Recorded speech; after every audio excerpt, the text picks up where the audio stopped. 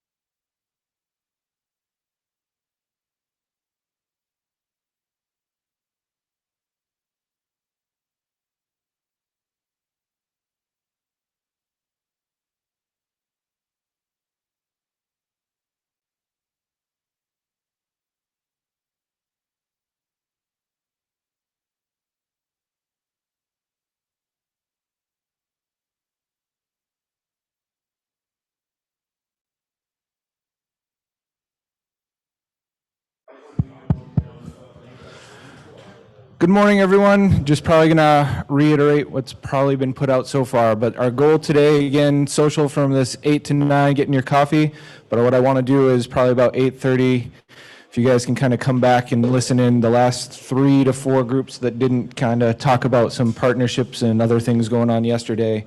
I'd like to get them a chance while we're still here and not interrupt the flow from the get-go. So I think another 15, 20 minutes, and it'll be a casual roll into the day.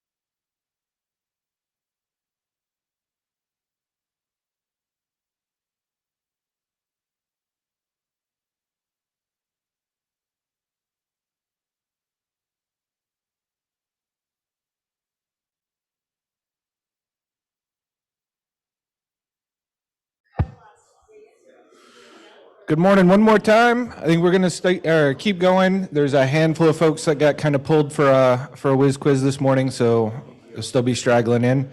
But I want to try to keep us on track this morning. There's 4 things before 9 o'clock, and I'm gonna see if we can do a sprint. I'm gonna bet we can't, but it's gonna be okay. 4 things we want to cover are groups, again, that are doing things that we are familiar with, that we're partnering with, need to be aware of, or need to help integrate ourselves with. Gonna start with Captain LaPointe. Then there's gonna be Reed for a few minutes. We'll go to Marie, and then if Nut makes it in time, we'll go ahead and do the GOMEX and the innovation pipeline. So, ready, set, go. Thanks. Okay, I'm going to go where my notes are. You can hear me. I don't think you necessarily need to see me, correct? Okay, so I was a reservist. I'm an active duty reservist. My name is Captain LaPointe. Activated probably around April-ish. My background is as a civilian, I work for Amazon in their drone delivery program, doing data collection in people's backyards to enable 30-minute delivery of pilotless drones to people's backyards. Right, so you'll be able to go to Amazon, press a button, and it'll say 1-day delivery, 2-day delivery, 30 minutes via drone. You press that button, 30 minutes later, a drone will come to your backyard without a pilot and drop your package.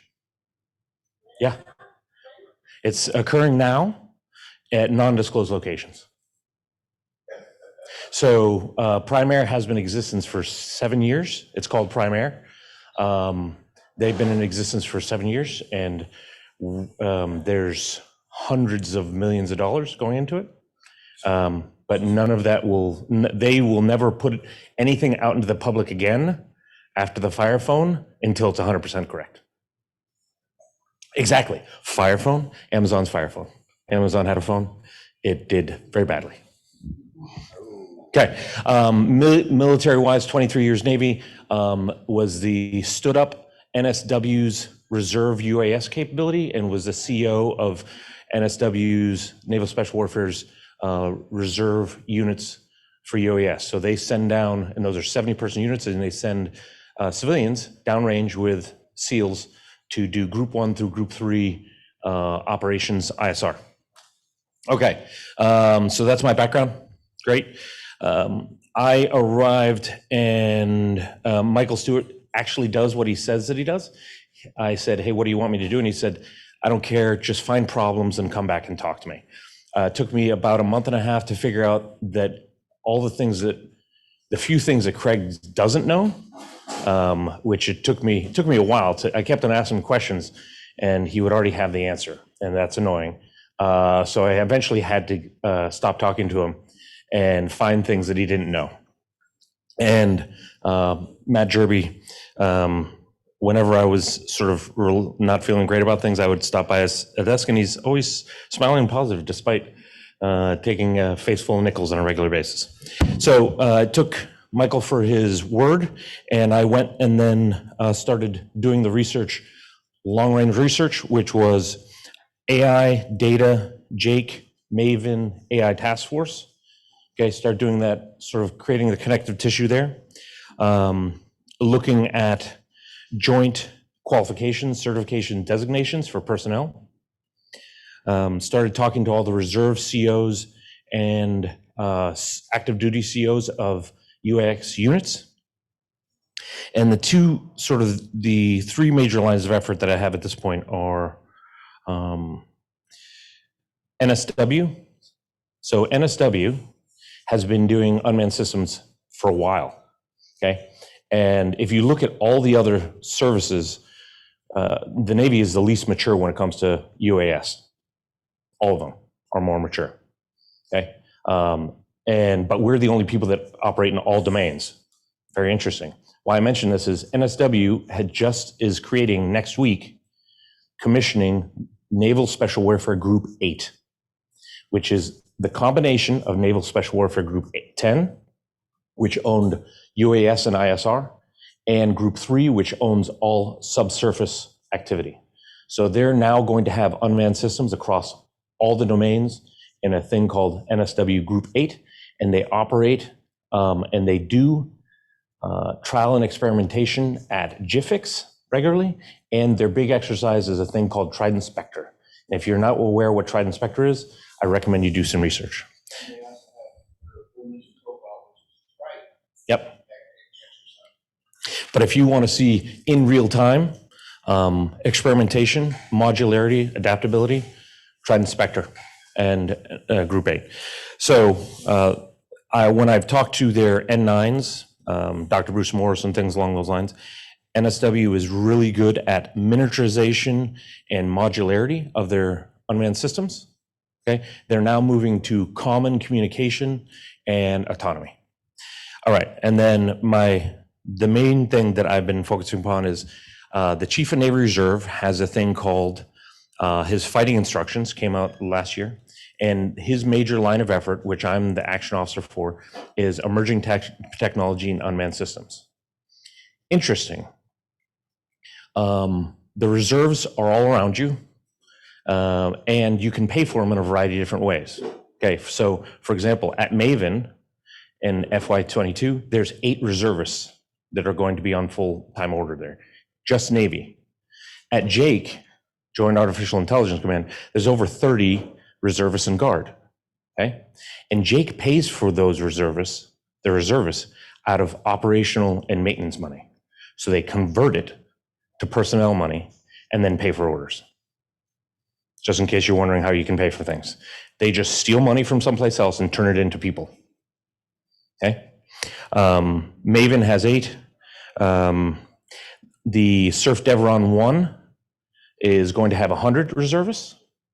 UUV RON 1 will have 95 reservists and 3 commands underneath it. NSW has 100 or 900 reservists, but 140 reserve operators and maintainers, in addition to all their intelligence personnel. Okay, so DIU has 18 Navy reservists. Okay, so you can get a reservist if you find out where there's your unit, and you can pay for them in a variety of different ways. Jake doesn't have any reserve unit. They just started paying for them. Okay, and you can get their resumes, put them on orders. You just got to find the money, and reservists are great because they can justify your existence, justify the manning draw, and then frequently they're used as the filler until you get active duty or civilian counterparts to say, clearly we needed them. All right, any questions? That was it? Is that good? Close? Yeah, like slow slide into home. If anybody has any questions about NSW, the reserves, or any of the sort of long range stuff, feel free to ask. Can you do a speed run, Reed? Yeah. Perfect. Done in a half hour. Your half hour is allotted for 7 p.m. tonight? So what I want to talk about is one of my favorite subjects, and it's called the UVAS Working Group.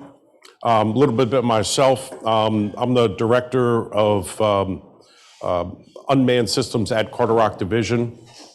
I also have the pleasure and the honor of working as the Knowledge Point Champion. I'm a co-champion for autonomy and unmanned systems.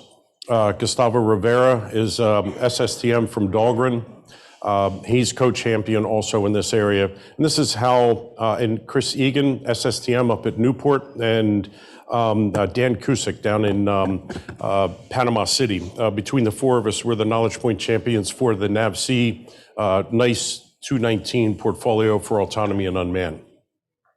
And then I'm also the co-lead to the UVAS working group with Chris Egan. And we established this back in 2015. The thought process when we were kicking this off is that how is it that the 10 warfare centers within NAVC are going to work collaboratively to accelerate unmanned systems? And so Don McCormick says, hey, I like the idea because every time a customer goes to any one of the 10 warfare centers, there's a claim that they are the center of excellence for unmanned systems. Well, I come to find out that it was a true statement, and I'm going to walk you through why that is a true statement. But one thing that we weren't doing back in 2015 is it was more of a wild, wild west, and we weren't working collaboratively. We were in a highly competitive space. So to kick this off, we actually reached out to Brigadier General Frank Kelly, who was just standing up DAS and Unmanned, and that's where the fast friendship became solidified. So he helped us kick this off. So we started out with about 20 people from the 10 warfare centers. Today we're over 2,400 people across all of DoD. So if you look over here, you'll see all the organizations that we touch, and there are many more that we are touching right now. We have a weekly phone call, and I'll get into those weekly phone calls in a moment. And every single week, we've been having a weekly phone call, Wednesday at 1500, since we established in 2015. And it's all about sharing what's going on, what do you know, who do you know, and how do we make those connections across all of DoD. And so significant effort. So before high velocity learning, Distro D, up to Distro D. And is there control over who's calling in? Absolute control. No .coms. It's all military and it's all government employees only. All right. So if there is a DoD contractor supporting an office, I go through a vetting process to allow them to call in. Okay. So before high velocity learning was even out there, we were out there doing the see, share, swarm, and then sustain. And certainly we've been sustaining at it at a high clip. Next slide. You went to. So we wanted to stay focused on being aligned to warfighter needs. So this is showing some alignment that we were staying with. It's interesting, seeing a different slide set. All right, so one of the things is, what is the impact? What are the impacts that we're really getting after? I had a list on the right side of the first slide, but I wanted to talk about from Captain Small's perspective. He was having troubles because every time he went to a warfare center, they were the center of excellence. And I said, I'm going to show to you how we work together versus them being what the singular center of excellence for Unmanned.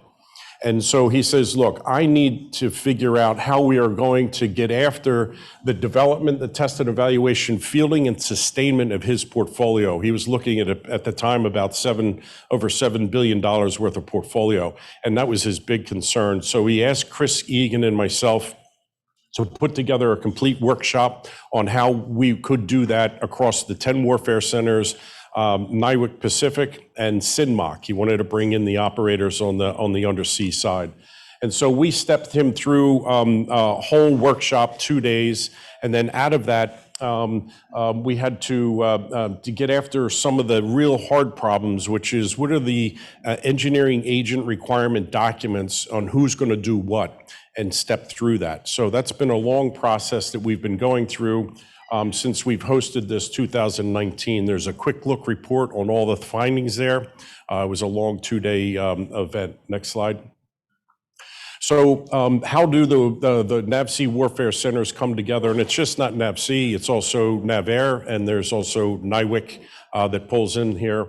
But I wanted to show how we are shaping and informing how the 10 warfare centers within NAVSEA are aligned and getting after unmanned systems and support. Slide. So one of the things that we baked into the what we call the TC manual, the tech manual that lays out all of the warfare centers' roles and responsibilities, we painstakingly negotiated across all the NAVSEA warfare centers, 10 of them, on who does what when it comes to UUVs, UGVs, and UAS systems. And here are the technical capabilities as written on who does what in each of the classes. Slide. For surface vehicles, we wanted to make sure that we had a collaborative experience across who is doing platform work and then who is doing mission work. And we've laid this out. This is what's going to be appearing in the next Rev, which is the Rev 8, on who does what and how we come together. And so from the platform perspective and from the mission side perspective, we have a shared responsibility to make sure the system of systems actually comes together. So this is the way we're laid out within the NAVC, and it was through the UVAS working group that allowed this to, we call this laying the C flat. Before, if we tried to do this in 2015, we could never have gotten to where we are today. And it's because of the relationships that were built through the UVAS working group. Next slide.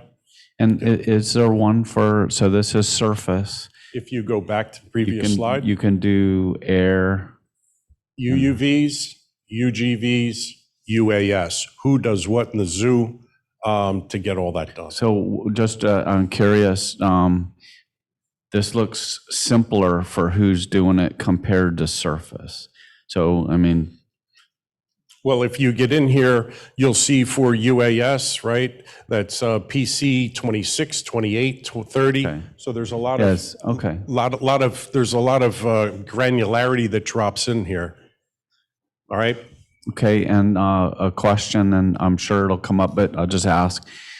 Is there a correlation of these links to a fleet customer? In other words, you know, it would seem that there's a stakeholder group that, you know, as you start partitioning this. Sure. If I go to PC 30, which is their unmanned mine warfare, that whole mine warfare community is Okay. tagged into that. Okay, Right. If you go to another one, I can point yeah. a linkage to. Yeah, independent of the PowerPoint, the bottom line is there's a fleet linkage to all of these to the groups. warfare center's technical capabilities. Okay. Eventually, it goes to a ship, a submarine, you know, some type of platform. What year did you compile all this information? How old is this information, if you will? This information is less than 3 months old. Really? Okay. Because there's, So if you go back 2 slides. All right, I'm sorry, right here. This is Rev 7 Bravo, and this is how it appears. So we just went through, there were some new technical capabilities brought on, Right. and some old ones dropped off. Right. So this number is going to change, right? That's Rev B. But when you flip to this next slide and the next slide, this is what's going to appear in Rev 8. okay. And that is about to hit the street, hasn't been signed out, but that's going to be hitting the street. This is the information that will be in there because the UVAS working group was intimately involved in making sure it was properly captured. So where I'm going, yes, I understand and respect TCs. TCs is 1 page long, and they are a guide. Right. When it comes to execution, sometimes there's gray areas, and I think Right. there's a lot of other things going on Sure. that would influence the results of the This analysis from the this is a TCs. guide on how we are to behave, right? And then so let's say if a certain organization doesn't have the manpower to get it done, then the negotiation starts. Who's going to step in? A sister lab going to step in and help. So there's a lot of negotiation that goes to that. Okay. So next slide. All right, so part of the Knowledge Point Champion part is a portfolio. The warfare centers have about $115 million worth of money that goes towards NICE 219, which is workforce development, revitalization, advanced and basic research. So as the Knowledge Point Champions, Gustavo, myself, Chris, and Dan manage this, and these are some of the projects that we manage. We get about 20% of the portfolio. Next slide. So one of the things that we wanted to do is educate. Sure. This one look like. Sure. These were just 3 of the 54 projects that we were managing as NICE 219 portfolio managers. Gustavo can step you through any one of those. Can I just ask you a question that's in my mind? The one thing I've never understood about a warfare center, and so I'm thinking about the spectrum of stuff that's wholly designed and created by the government, all the way to ready-made commercial technology. In my mind's eye, and I may be completely wrong, is I'm always thinking that you guys really deal with stuff that the government is making by itself, or adding to it, or am I completely wrong? Because can you talk to me about along the spectrum of, okay, there doesn't exist, and you guys are going to create it. To tomorrow we could go buy something, and we're just trying to figure out if it works in the Navy, like that, across that whole spectrum. Sure, I'll do this within USVs right here, okay? So Alice is the Autonomous Lab Integration Center. This is something that Carter-Rock Division has been internally and funding probably for the last decade, driving millions of dollars of internal investment to make this thing happen. So what we do is we have a perception lab, an enclave, modeling and simulation, and it's just not Carter-Rock that does it, okay? We bring in industry, we bring in academia, and we team. So Johns Hopkins, SIS, Carter-Rock Division, we were able to create these CMOB, which are SCO vehicles that allowed us to go over the horizon, if you will. They gutted a couple of 11-meter ribs, extra tanks for them to go over, deliver care packages to our dear friends, and then return or not return. But that was done through a synergy of multiple people. But there are things that were invented, thought of, and conceived and integrated into those hulls that was purely government. And then some of it was from industry, pulled it in. So it's what I'll call a hub, where we bring in the best and brightest. NIWC Pacific is integrated into that. So there are piece parts that are wholly government, and then integrating industry and academia, the expertise from that, to make a whole. Since we're just talking about this, so let me, and I'm not presupposing anything, but just 2 systems I keep on hearing about. So Saildrone and MARTAC. What would there be an interface? So MARTAC was just at our facility a couple of weeks ago, not even 2 weeks ago, testing their equipment right there at our waterfront facility. So we do team and we explore how far they have gone. There are many things that MARTAC and there are many things that Saildrone don't even consider, okay, which would be cyber protection of the data that's being offloaded and downloaded. That's not even in their realm. This is 100% ATR, right? They've got authorized to actually do that type of work. And so we bring them in and then say, okay, this is where you're deficient. You would need to bring that up if you're interested in running alongside a gray hull. And I guess for the McKinsey guys, are we thinking about, I'm thinking about the limb factor analysis of, Saildrone, MARTAC, or pick a system, and then the stuff that you guys do, and that's part of that's got to turn from red to green, and you guys are going to. They are definitely red. No, but what I'm saying is, so I'm just, commercial. in my mind's eye, I'm thinking of a matrix where I'm thinking about whatever system, and then I've got to integrate you guys, this is what you guys are doing. Sure. Yeah, absolutely. Absolutely. The warfare centers as developers, but more importantly, what the government engineering activities do is independent validation, verification, certification. Kick it back to you. So industry develops X. I just need to blast through. Give me like 3 more minutes and I'll be done. Certified, doesn't have an ATO. I know. Government comes in and sponsors and helps, and usually a customer fund them to take it across that finish. And then we validate it. So at Saildrone, go out, test it, a lot of little problems here. Bring the government engineering activity in to work with the industry partner to get all those checks, to get it across the finish line. So we need to do this, or are people online? I was going to say, I think this is a great sidebar because that specifically those topics, these demonstrators and other assets, your Fifth Fleet concerns, the Gulf of Mexico, it's all related. I think these are options, again, we have to talk about, but We have already doubled our time this morning. What I want to do is give Reed 3 more minutes, uninterrupted, sprint through, give us 5 minutes to reset for coffee, and let's start on the morning task, and then we'll circle back to.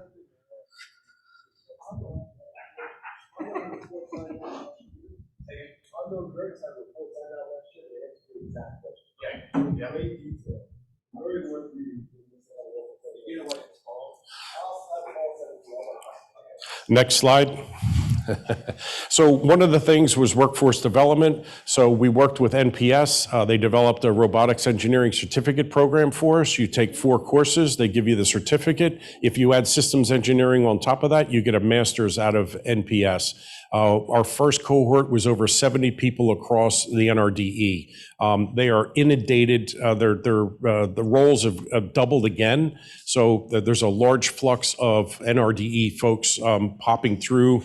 This is something that the UVS working group negotiated. Slide. So every week we have a phone call, and we have guest speakers from around the world actually come and talk to us every single week. So Wednesday, 1,500, and I'm just zip through some of this slide. These are some of the speakers that came, slide, that have talked to us over every week, slide. And then it just continues on. So Mr. Stewart came and talked to us about the Unmanned campaign plan.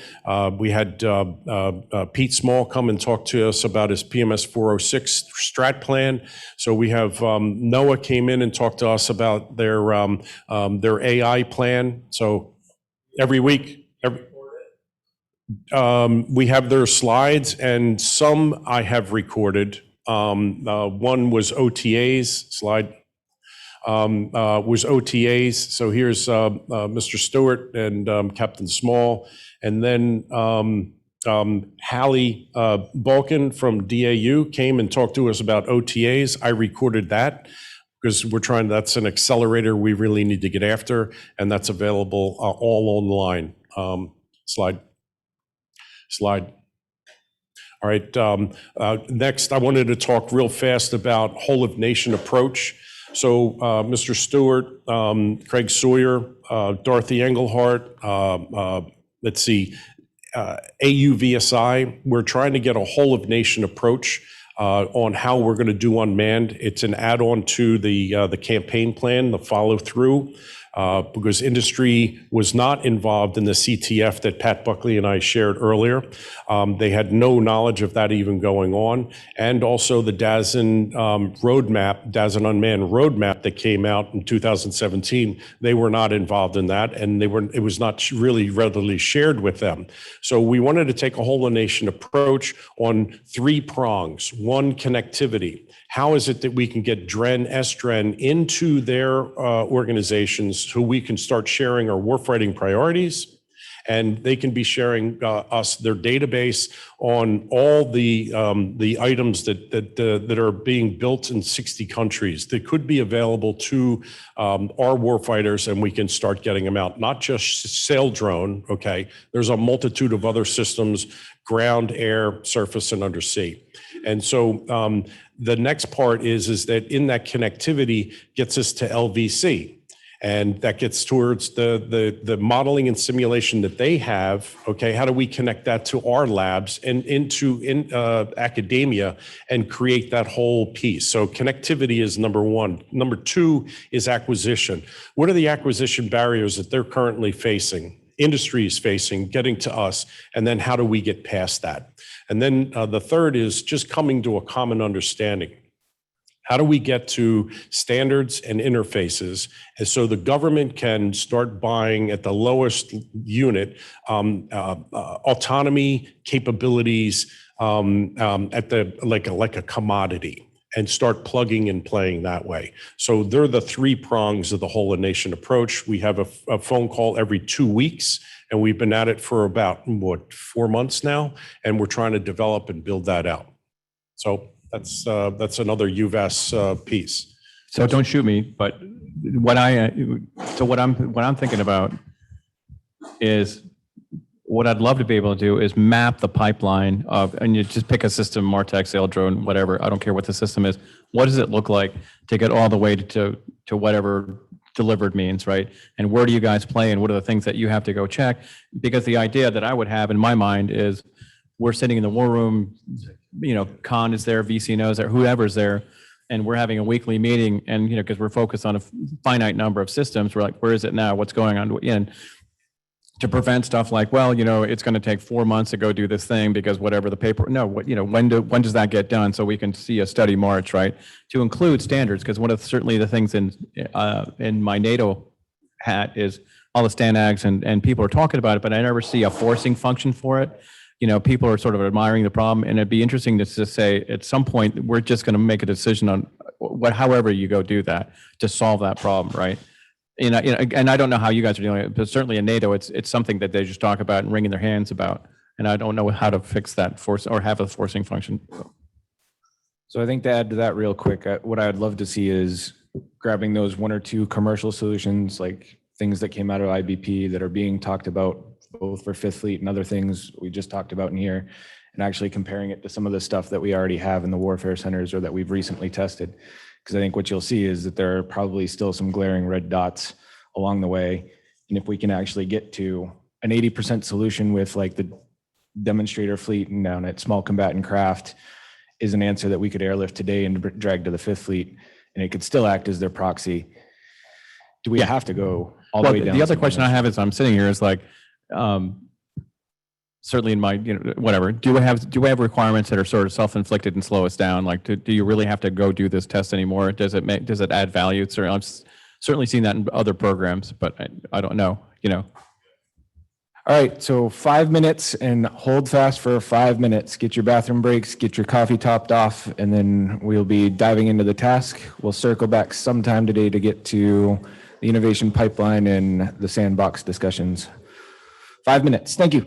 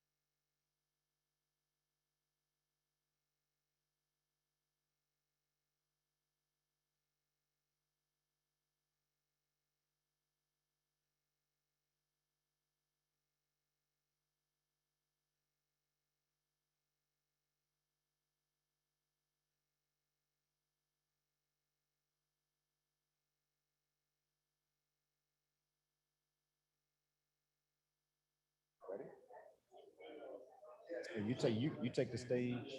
And, I got your slides.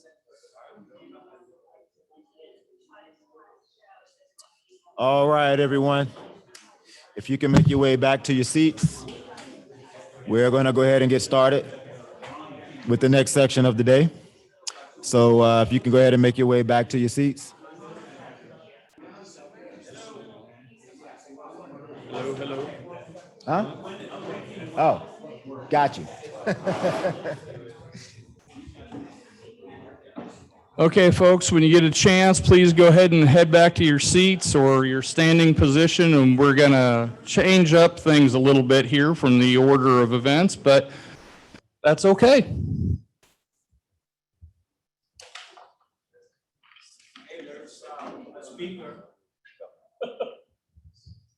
All right.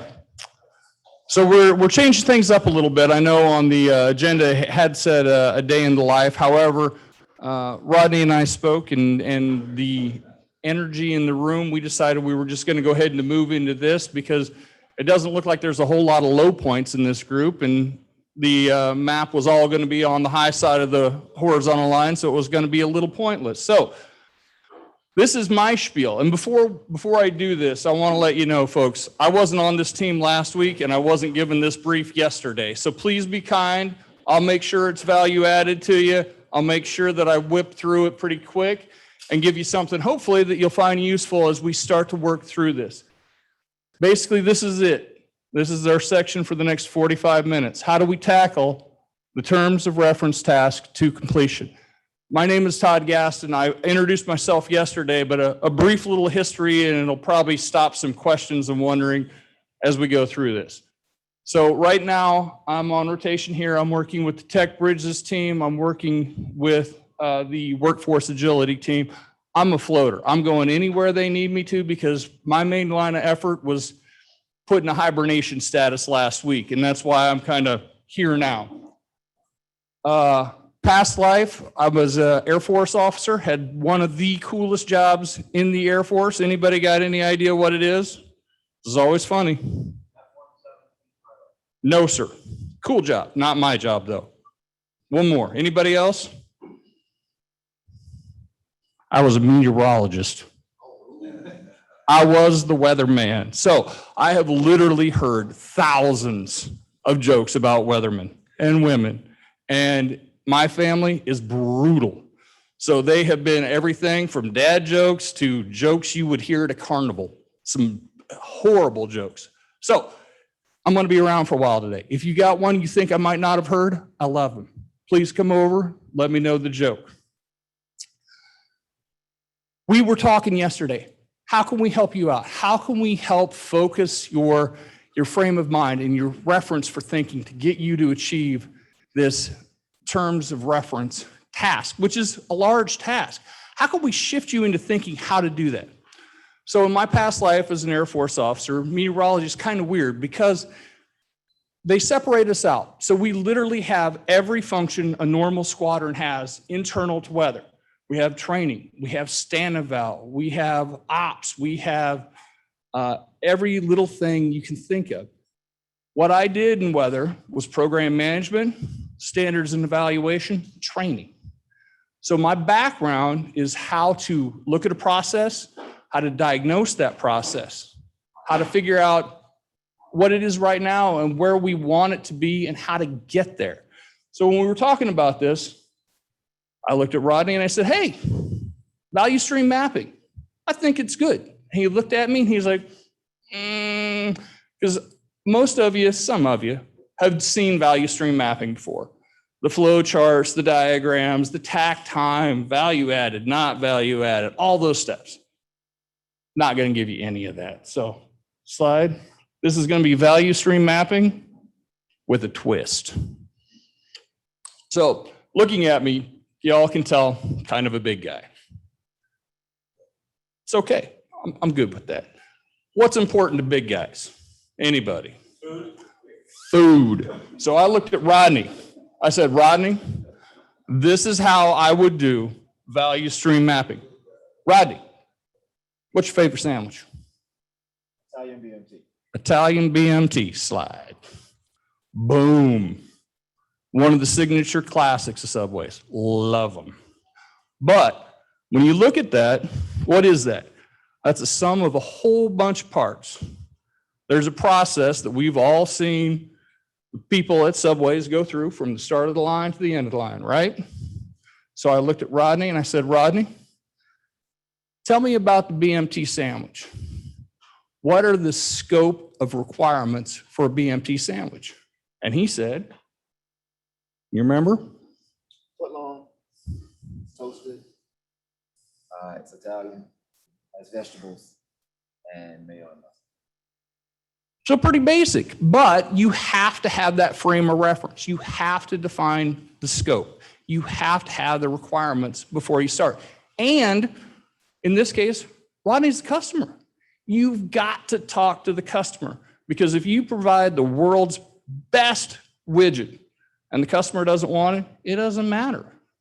So you got to talk to the customer. So I did. I said, that's awesome. How do you get it at Subways if you order it and you don't tell them how you want it? Rodney said, Well, it has lettuce, has tomato, has mayonnaise, and it has mustard. okay. Meat, obviously. For my shorthand, the Italian BMT includes all the meat. So now then, how many of you go into Subway, order their sandwich, and just let them make it for you? Nobody, right? So in this case, I said, Rodney, is that the way you want it? And he said, no. Cool. I said, Rodney, how do you want it? What is that desire you have? And he said, Extra spinach, no lettuce and tomato, light mayo, and spicy mustard. right, this is how he wants it. Not your standard Italian BMT. So we've got current state established. We've got future state established. We've got defined scope to begin with. So we're only missing one part now. I said, Rodney, how do we get from current state to future state? He said, Well, you have to toast it after you put the meat and the cheese on it. Then you put extra spinach, pickles, jalapeno peppers, light mayo, mustard, and you dip. Oh, and the salt and pepper. and the salt and pepper, which I'll point out right away is not in either the current state or the future state, but in the implementation, he went, I want salt and pepper, just a dash though. So when we were developing the implementation plan based upon his desires, we're going to have to tweak that future map just a little bit, that future state, and that's fine. You're going to do that in the scan. You're going to do that in the discovery. When you talk to the customer or the shareholder, they're going to have things along the line. You have to be careful to avoid scope creep, but in this case, dash of salt and pepper, value added, boom, easy peasy, it's in, right? So I am sure there are those of you that are saying, that's great.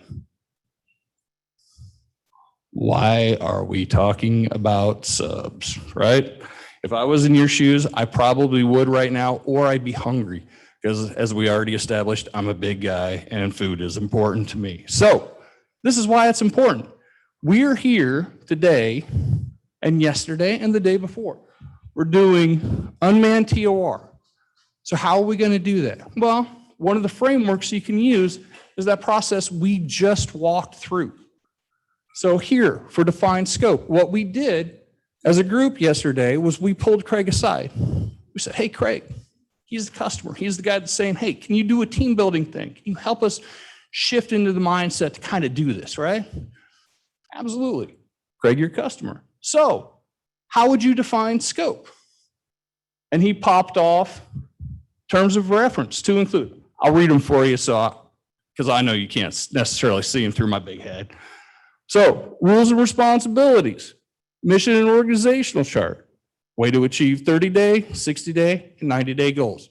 Boom, define scope. Basic, yes, but it's there. It's the start of that framework to build it on. So then we said, hey, Craig, what's current state? And we talked it over in a group. Well, current state, honestly, right now, is that terms of reference outline that you all have that was sent in that attachment. It is what it is. It's a framework. It's a starting point. It's not really up for debate. That's your template. So that is current state. So then we said, okay, Craig, what's the future state? What do we do? What is the task include?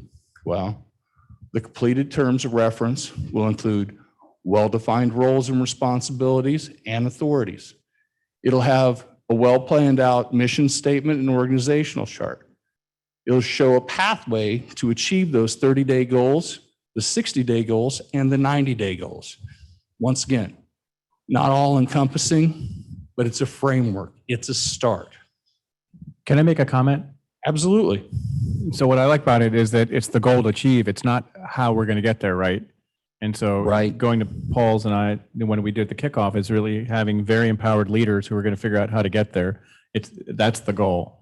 That is the goal. You're absolutely right. Not sir. here's the 10,000 things we expect you to go do. We have no idea what those are. That's absolutely right. So the next step in this, as we saw initially, your implementation plan. It's how are you going to get from current state to future state? You all are a by name appointed cross-functional team. Cross-functional teams, by definition, multiply on each other's strengths. They mitigate each other's weaknesses. They help to ensure that blind spots are not there or very minimal, because each one of you all's expertise, your subject matter experience, everything else is slightly different. Your body of knowledge is slightly different. When you combine all of that into one, you all are like pieces in a puzzle. Realistically, some pretty high up folks think this group, when it's all fleshed out, is going to be every piece to the puzzle to get done their stated goal. So what you're going to do is you're going to work together to fit those pieces of the puzzle in the right place. And I think that by doing that, this team in this era at this time will be able to have success at these stated goals, where in the past groups ran up against roadblocks. They either didn't have the authorities or the horsepower or the sponsorship they needed. I got to tell you, from an Air Force perspective, I think y'all are there. I think you've got the right champion. I think in listening to the talks in these exercises, you got the right puzzle pieces. Now you just got to figure out how to fit them into the right place. So what I'm going to do real briefly is I'm going to ask, I didn't hand out the sticky notes because I didn't think I was going to need it. So I apologize, but just some quick hitters. Anybody is welcome to speak up. How are we going to do that? How are we going to arrange the puzzle pieces? Just short, basic thoughts. It doesn't have to be well thought out. Anybody?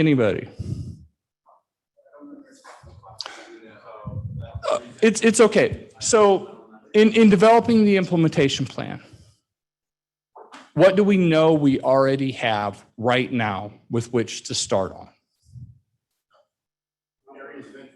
Areas of interest. No. Okay. So how about team? We've got you all. You're a huge resource. We've got the outline for the terms of reference. We've got the draft org chart. We've got frameworks. We've got placeholders. We've got outlines. The trick is going to be fleshing them out. So to kind of work through this a little bit, I'm going to kick it over to Craig. And what you're going to, yes, sir. I'll just blurt out the answer. It seems to me on a project like this that we're going to define it and we kind of have centralized, but we're going to execute building the contents in a decentralized way. But it's got to come together with, quite frankly, we don't want 10 editors. We don't want 10 people in configuration control. So we need a core leadership team that says, I got config control, and we're taking direction from Mr. Stewart on big chunks left and right. But then it's the writing teams. Not everybody has to write everything. I think, so orchestration over the next couple of days would be really valuable. And it's okay that we write some stuff that ends up on the cutting room floor.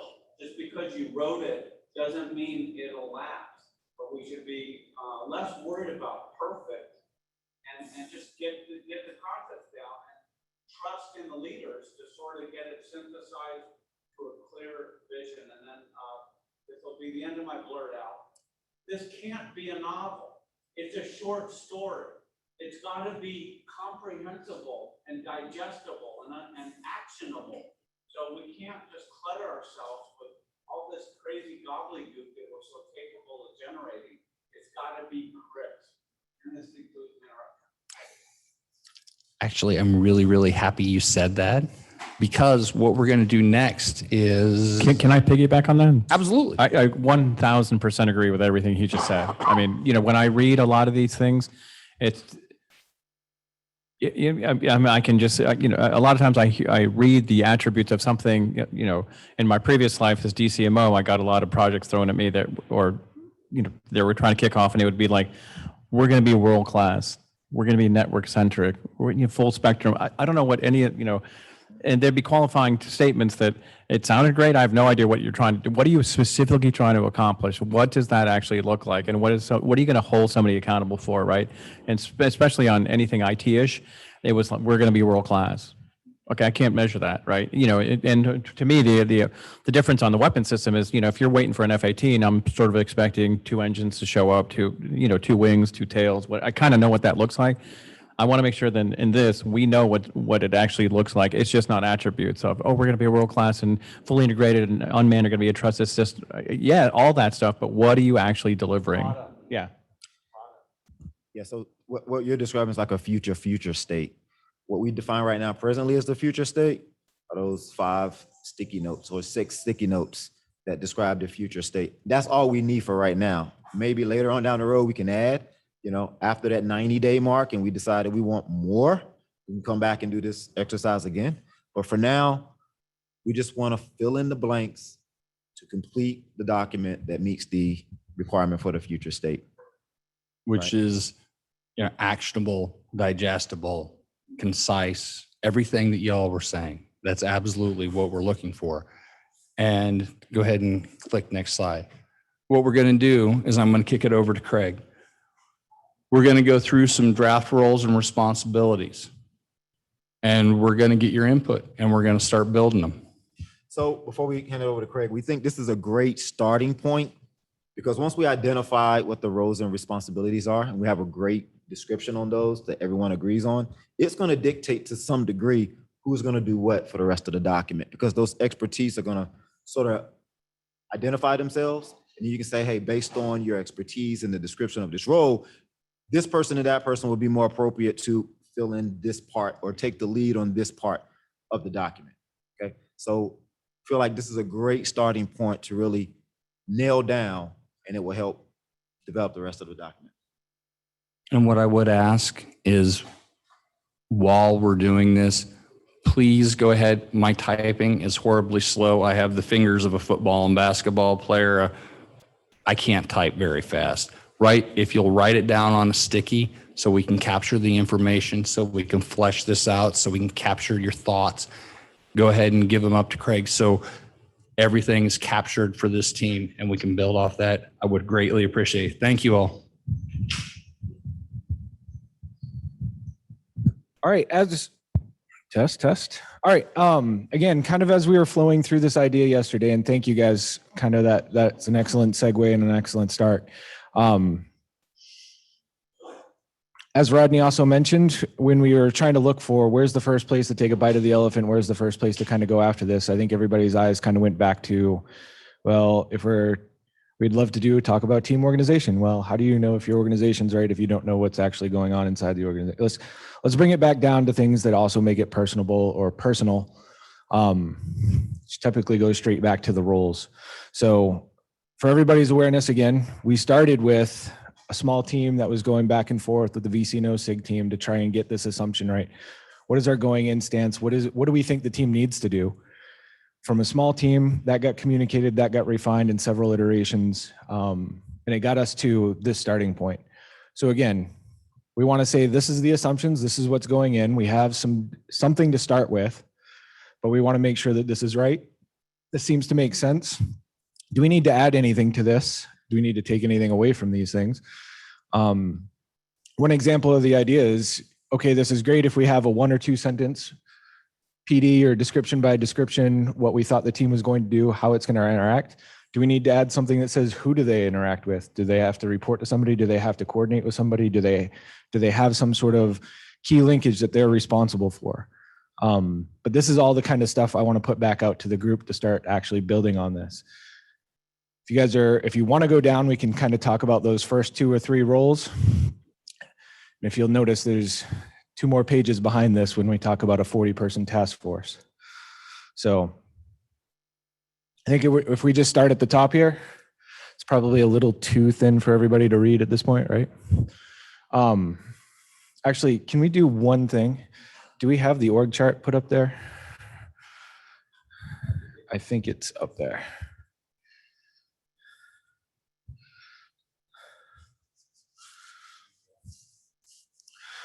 So the reason why I wanted to put this up here again real fast, I think this helps also cage where our mindset was when we started the original task force idea, what we were originally proposing to the VC, what seemed to be resonating, gaining credibility and traction. If you remember day 1, we put up with McKinsey's help for what's a cross-functional team and what does it look like? What are the tasks as an organization we're going to need to accomplish, or what are the roles as an organization that we feel we need to accomplish to be able to move what we want to move? We started with stakeholder communication on that left-hand side. We figured that when we were looking as a team, we said we probably want to make sure that we have people that are intimately aware of what's the internal communications plans within the Navy, within our internal DoD customers, whether that's OSD, CAPE, and others. We want to make sure we have somebody that is working that external messaging. Who's doing our public affairs? Who's doing our CHINFO releases? Who's working with OLA and Congress? Who's going outside the Navy lifelines? And again, we were talking probably between both of those, we would love some graphic support. We'd love some people that have a little more of the talent and the artistic side of the house embedded into the team. As we kept going down the line, again, we went to the strategic investment, the business case analysis, the mission engineering analysis. We started looking across this. How are we going to get a team together that's able to do these robust business cases, making sure we're working on the right key operational problems, making sure that we know how to analyze those problems for the potential solutions we're going to place to them. So when we were looking at this, you'll see several of these roles, again, kind of come from some of the traditional areas. We put some names in there again. Some of you guys are the names and the people here, but we wanted to make sure we had people from the N7 working on the key operational problems to begin with. We wanted to have N8 on both the mission analysis side and the financial analysis side to be able to do those robust mission impact to a financial tie. But we also knew that we need to have traditional resource sponsor representation coordinated in there. We have both an air and a surface and undersea side to be able to make sure that the long range visions for the future fleet, for the air wing of the future, are all still coordinated and thought about as we know that they're going to be key stakeholders. What else did we have in this team as we were going along? So along with those, I just named a whole bunch of OpNav. So let's look on the other side. Where does the rest of the information lie? Systems engineering analysis. We have to have rigorous and robust understanding. We can't just hand wave at this stage. This is still going to be critical. This is still fundamentally where if you trace back some of our failures or our weaknesses right now, so that we don't have a credible plan all the way back to a mission that we wanted to accomplish or the impact that we think that system is going to have. So we want to start having more engineering analysis in here. So do we have surface? Do we have undersea? Do we have aviation? Do we have somebody that's focused on the enablers and the cyber environments? Do we have the N2, N6, the overmatch? Do we have people that can tie into that representation?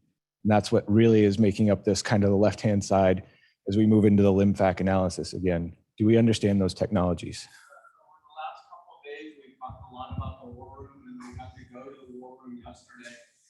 I asked a question that I really loved the answer, where we said,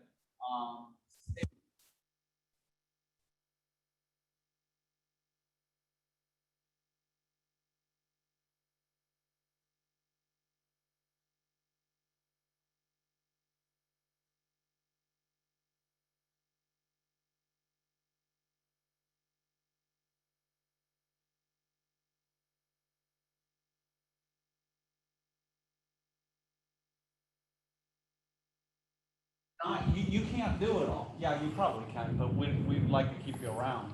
So I would just ask to have that, because I've been listening to the summary stuff, and we got to get pretty quickly to know that wall has to have these things on there. Am I on a different? No, I mean, or is that a good one? I know Craig is thinking, man is flirting with Stuart right now. Like, see, my chin is quivering because exactly, this is literally what and this is the way we think. I don't think he's really flirting with him, just if we're on TV. But I mean, I'm sitting there like, oh my God, I can't believe you just said that. But that's exactly the way I view it. I view it, again, take the war room and start key operational problems. There's a fixed amount of key operational problems, and you start working through it. And when I think of these people, I think they should actually own one of those things, and they should populate it, right? And then we stitch together, because that's exactly the way the war room was done. And then, because, again, what I said to the CNO, I mean, to VCNO, is when you come in here in X amount of weeks from now, you're going to be able to go look at the key operational problems. You're going to go look at the integrated battle problem. You're going to look at IMX. You're going to look at RETMUS, whatever the systems in there, and we're going to be able to start walking across. That's why I was asking the question with the Warfare Center this morning, is let's show me the value stream, whatever. What is everything that has to happen for that thing to show up a year from now when Admiral Cooper or Admiral, pick an admiral, whatever says, where's this thing? Did you get in theater, and why not? And that's what I completely agree with you. So when you guys look at this org chart, I'm overlaying the war room on top of that. And who are those people who are going to own a different chart, right? And completely agree with you. Sure. Awesome. What's the Yeah, what is it? Literally, what's the audit, and where is it? And again, to me, I'm not, the only reason I'm fixated on integrated battle problem and IMX, because I don't think it's the end all be all. I don't think it's that's the end.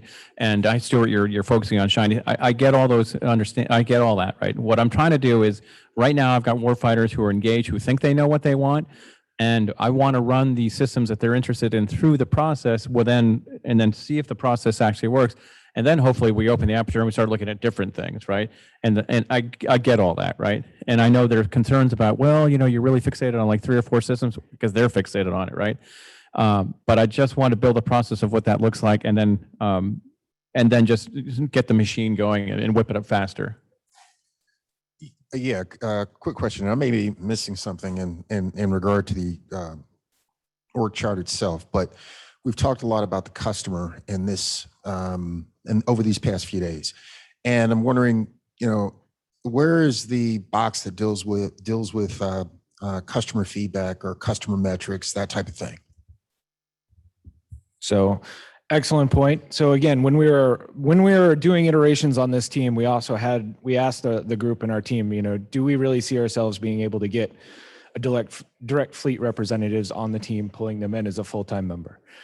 And honestly, the logistics for us to move fast in this initial is not the ability for us to grab fleet members, take their orders, shift them back here. Where we fundamentally started looking at, again, conceptual groups that are going to have to play. Here's really a lot of your customers, your stakeholders as well. Here's, I think, Fleet Forces, Pac Fleet, the DASNs, different groups that have equities and stakeholders, again, have to be tied in at the right points, if not throughout.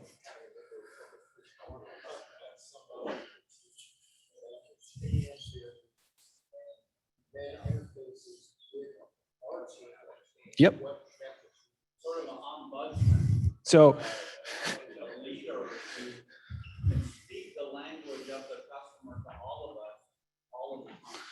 again, looking at this depends. We have multiple customers. The resource sponsors would be one.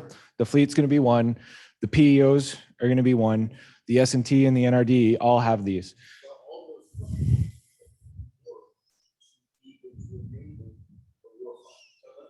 Yep. So let me speak to that. So the way I envision this happening, when we get up and running, is when somebody says he's got an equity.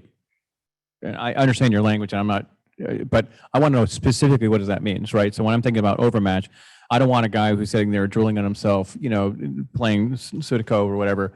What specifically do I need from you to make this thing happen, right?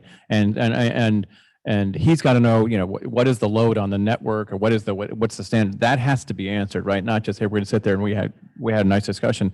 So I envision where we have all the people who have a part to play in whatever system we're trying to deliver. They're sitting in there and we're doing a status check of what's going on, and everybody gets a report. So we know, and then next week, the way he did MRAP, next week, what did we close? What did we accomplish? What do we got to go do? What are the issues? What's the stuff? What's the he said, she said? Let's just figure that out, right? I mean, when we did the last time we did the last two projects I was in charge of, we had the big issue board and we captured everything. And every week we were crossing it off. We never let something just sit there and fester. Well, I heard no bullshit. In a week, you're going to find out the answer to that question, and we're going to drive. So I want to make sure. If you have a part to play in whatever we're trying to go do, we're specifically tasking you with something, or you're specifically tasking us, and we're closing that gap. Even if it's like, well, you didn't get the form in on time because Sparky needs it in 12 point Helvetica, we're going to go fix that, right? So,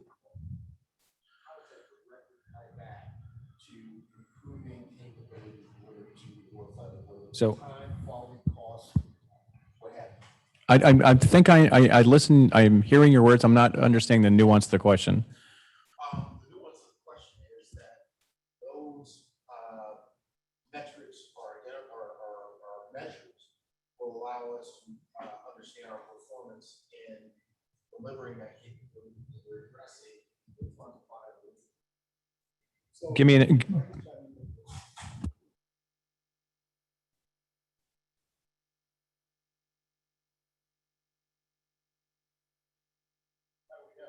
You don't have to answer that.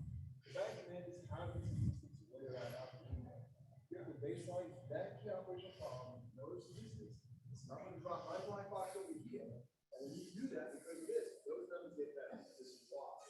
And then if they do get better, we want to go fast.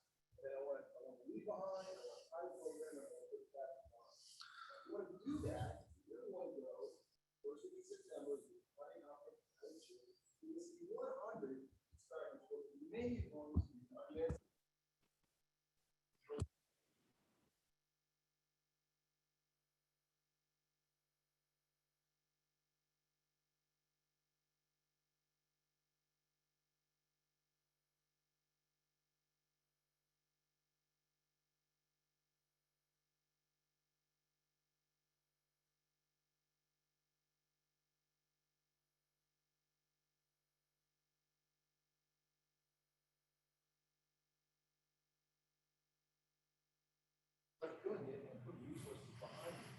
So to that point, and I would still say there's still nuances to that again, because there's still this team is going to have to manage multiple customers. Our customers aren't just the fleet. The fleet asking just because it makes one customer in the fleet the answer. Okay, hold on one sec, because that's theirs. Remember that the fleet has one as a total and a responsibility to the big picture. We cannot optimize for one small community. We can't put all of our dollars to help two sailors out of the fleet. We have to move our dollars to help the greatest part of the fleet, or where the greatest weaknesses are. This is back to making sure we're putting dollars towards mission engineering threads to weaknesses. It can't just be for any customer. We have to also be able to differentiate the right customers. If I can understand this correctly, right? And I think you're attaining at two different things. One is codifying the fact that we are reducing the time it takes to deploy capability to the fleet that's relevant. So that's one piece in terms of like the metric.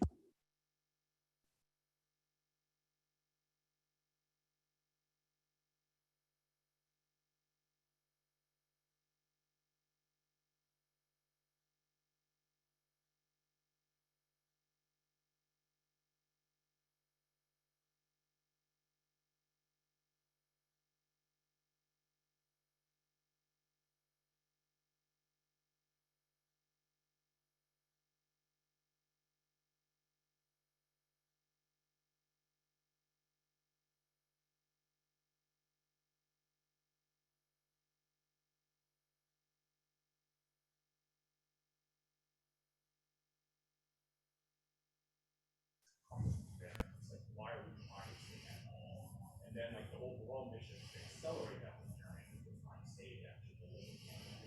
To include engineering analysis, even though that the warfighter goes out and the exercises and uses it, and they like it at that moment, is it cost return sustainable? What is that footprint to move it forward? Is it ruggedized? Is it marinized? So for your answer, it's several of those boxes. I understand that, but what I tend to see.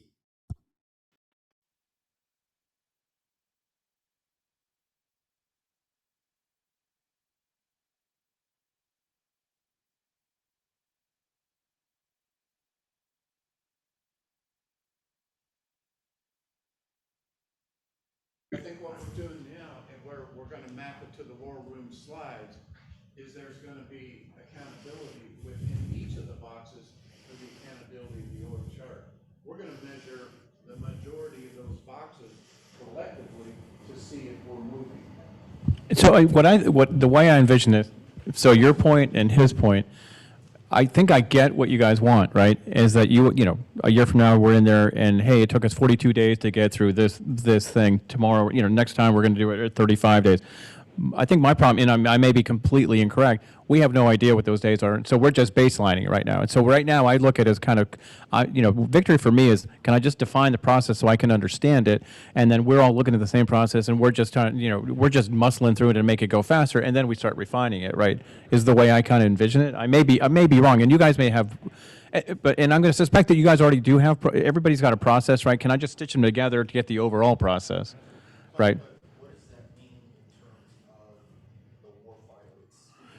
So to me, it means that a year from now, or sometime, you know, the warfighter is going to be asking me, Stuart, what are you doing for me?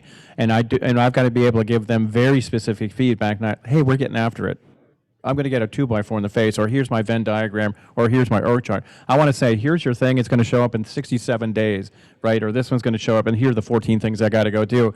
And this thing, the 14th thing is a pain in my ass because I can't get there. I got to go do it. 4-star, I need you to blast that guy, or I need resources from these 14 other things that no one gives a toss about to go to that thing. That's what I envision is my job. So trying to raise that, I guess, back up to that point, because again, all of these points are critical to this team being able to be successful. Can we actually measure ourselves to things that matter? Yeah, and making sure when we look at this again, this group here. Craig, sorry, and this is interactive and this is really fun, so thank you for allowing me to be included. Here's my answer for Nate. Nate, I'm pointing, if you want to know the box that has the responsibility for the operational problem, it's Mr. Stewart. So there it is. That's the box. And all of us have a supporting role. Now, I know when we write the terms of reference, there's going to be additional detail that's going to flush out how he's going to do it. But I got to tell you, any customer, big fleet customer anywhere, they're going to Mike. Anybody in OpNav, they're going to Mike. So I would just share with you, I think the answer, it's not buried at all. It's at the very top. Dr. Jason Stack has been telling us that the one thing that's different today than previous attempts is we're defining the whole organization as a means to solve operational problems. And I'm not sure that that addresses it completely, but at least for the moment, if you hold that thought, there's the box. The warfighter requirements comes in the front door through Miguel. Actually, was Miguel for the first 9 years of my life. Fun fact, I grew up in Colombia. Spanish is my first language, so there you go. But so I'll give you an example of a conversation I envision happening. So a fleet commander calls me up and he's got a Jew on or he's got some IPL or whatever, and he's going batshit because he can't figure out why this thing seemingly easy, you go to your point about a business case, it's a slam dunk. I've got a destroyer. I can only, you take down, and I'm going to watch what, I'm going to speak in generalizers, but you guys understand. I, for some reason, can't shoot my thing as far as I want. I want this unmanned system to help me fix that so I can extend my range. Seemingly a fairly slam dunk business case, but it can't seemingly get through the POM process because there's not a cross-functional sponsor, right? Instead of when I get the call of, why in the hell can't you guys figure that out? I don't want to say, I don't know, mystery to me. I want to be able to sit there and say, I know exactly why that rate out, and let's elevate that to a 3 or 4 star level. Are you sure for the low price for a couple $1 million, you don't want to make this investment that's going to take your $1 billion thing and your gazillion-dollar missile, and it's going to make it actually happen. I can now we can elevate to the proper place, right? Because right now the way the resource sponsors are working, it doesn't seem to be able to get through the system, right? And I want to be able to give a very exact answer. Are you sure you really want to save the JROTC band at the expense of that unmanned system? Are you sure you want to have that happen as a corporation? Okay. Trying to bring it back again, it can't be done. Trying to set the tone that we can keep our time on task, and I think it's hand out lasers to everybody. We're just going to do this. We're just going to chase them all day. Again, these are great points, and I know we're running fast in a direction. And trust me, I appreciate it, because I think there's some of us that have been trying to live this for the last year of going through iterations of how much is enough, how little do I need, how can I move fast. So finding these threads in between. But you're absolutely right. We have several people in this that their whole job is to make sure the voice of the fleet, the customers, their day job, talk to a warfighter, talk to a community, make sure what we're talking about matters to them. What is the MOE that is most important? What is consequential to them? But we also have to have that resource sponsor. We have to have the broader community. Can it be done? Is it the right thing to be done in aggregate? So I would almost say everybody in this org chart right now is going to have a community that they have to represent and they have to be connected to. This is that team of teams. Every one of these is probably going to have a key stakeholder, if not 20. And they have to be able to bring that voice to the table, and we have to be able to aggregate those demands and make the right choices. And I would continue to say to Mr. Mann's point, keep bringing that up. We want to make sure we're doing the right things for the fleet. We want to make sure, or for the actual warfighter, the individual warfighter. Then we want to start talking and making sure we're doing things right for the fleet, and they should all be lined up.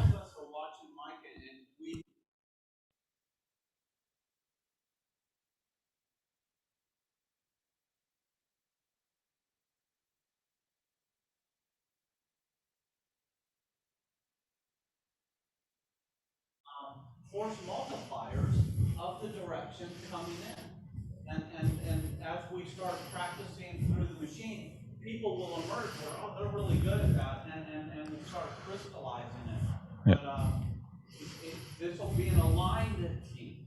Correct. Okay, so rest assured.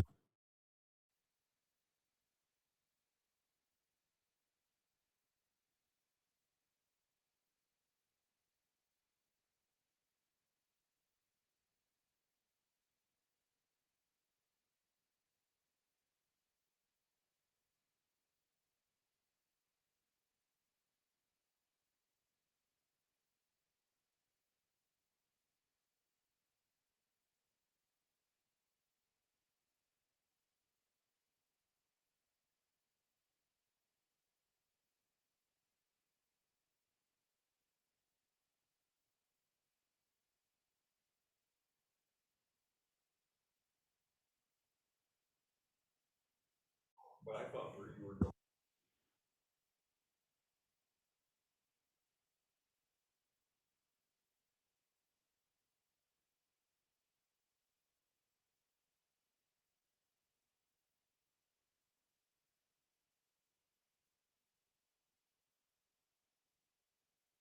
For this, but we have some underlying metric that we are trying to reduce the time it takes to close the deal. So You have some underlying metric like that. You could frame everything around. That's we're doing this, whatever it is, we're doing it at smaller things. So the two measures I think we have that we have, again, hypothesis of where we're at right now on if we were to measure our success right now. And again, this is open for broad debate. I think the two things that we're looking at right now are how do we measure impact to a mission of consequence? So, and we know the VCNO says my priorities are the 4 major lines of the NIF. How do you support those? How we shoot, how we maneuver, how we defend, how we resupply. Underneath that, that's not really measurable on an individual program exercise. How do you do that for a KOP? How do you do that for a subset of a KOP? How do you do that in a small piece. Can we measure how fast we're closing those gaps? When we know what's required to do those missions, that was the LIMFAC analysis. So what are the things we have to do to actually be able to deliver that capability? And then measuring how fast are we actually eliminating or retiring those limiting factors. And I think that's where you start talking about on this right side of, if you've got the right assumptions and you set the right priorities, this is the source and the curate of problems, sending a clear demand signal, and can we actually execute? Can we actually start measuring how fast are we closing those gaps? Do we have a good baseline? Do we even understand how fast we do that on the normal or on the average today? There's some numbers, if you look at very broad numbers, but I don't think there's great things. I know things that we're asking Whitney is, she's running with the Fifth Fleet group. I said, from the first day they asked you to put something on contract, start telling me how long it takes you to do that. How long does it, whether it's right or wrong, I want to know how long it took us and what was the controlling path to get that contract. Those are the measures that I think we need to be able to keep in mind to say, are we better today? 6 months from now, did we do something better than we did on day one? Or did it take us longer? Did we suddenly introduce barriers or delays because of our, we want to be able to answer those questions. So I'll open that back up to the group is, do you think that those two are a good starting point of our impact to mission and our rate of retiring LIMFACs?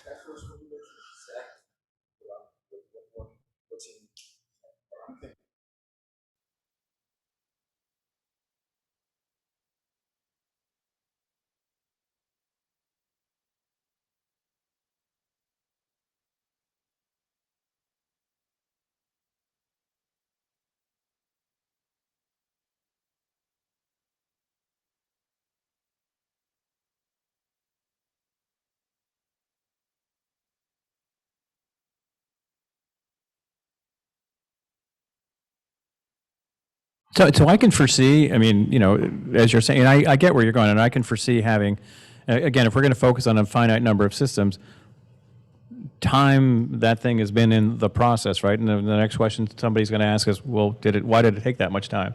Why didn't we go faster? Oh, geez, it got hung up over here for 54 days where there was zero value add. Okay, let's go work on that. I mean, so I can see all that iteration going on.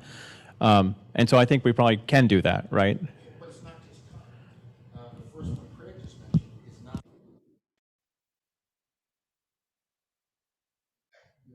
So I get that, but I can assure you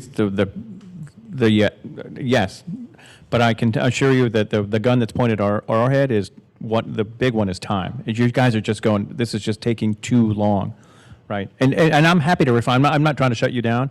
I'm just trying to figure out what I want to do is I completely agree with you. I'm just thinking, what would be the metric? And I guess the biggest one right now, what's the time? it's right? not either or.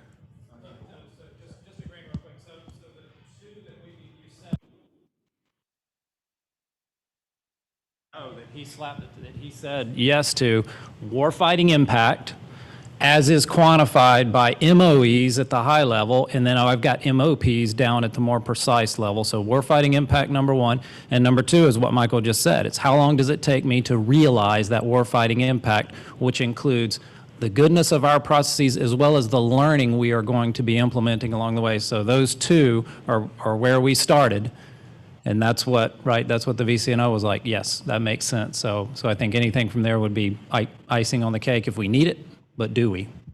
Yeah, and on the first point, I'm really keenly aware of that because I think one of our tasks is to sift through there's 10,000 unmanned systems we could play with and 10,000 missions they could do. Does the warfighter actually really care? Does he really care about that? And then focus on the ones they really care about.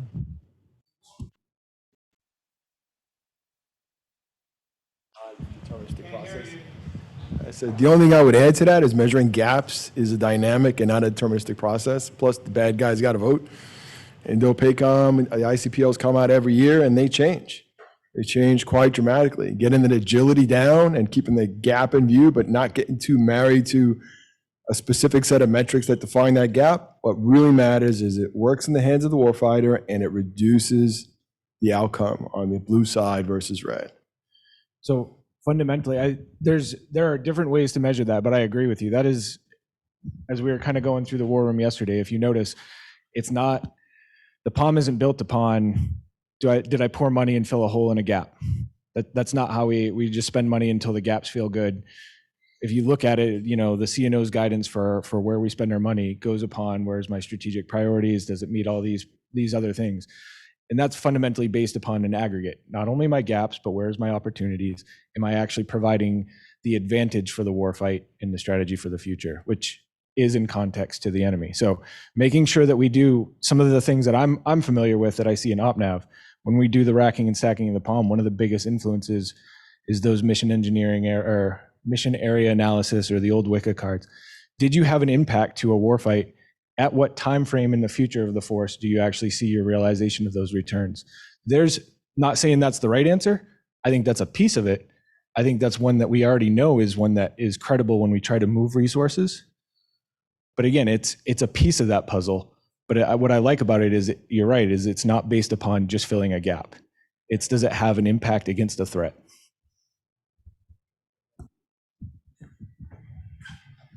The challenge with the front end process of vetting and stacking and racking means you put a lot of upfront money and time in picking winners and losers.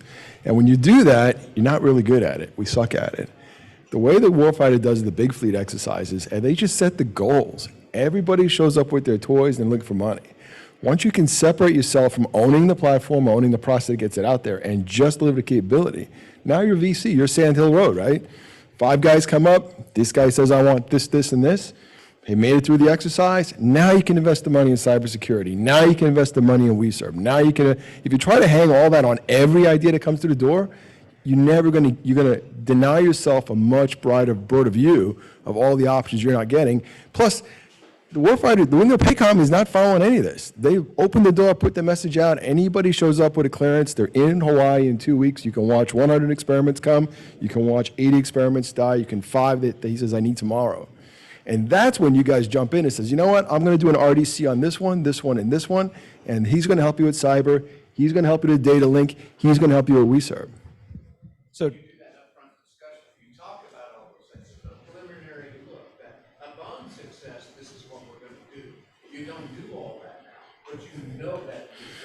right, you don't have to, because they're already doing it. You don't want to talk anybody away and make them think, you know what, oh, that cybersecurity for the Navy is impossible. Or you know what, the spectrum management thing is a disaster. Who the hell knows how to make crypto work these days, right? You should know from IBS 21, right? Couldn't get anything to talk. What did Surf Devron says? Why didn't it work? And what did you guys say? We got to manage expectations. No, you got to meet expectations, right? And I'll share on that, so many times, like CPTSO, RTO, REP, all of these groups go real.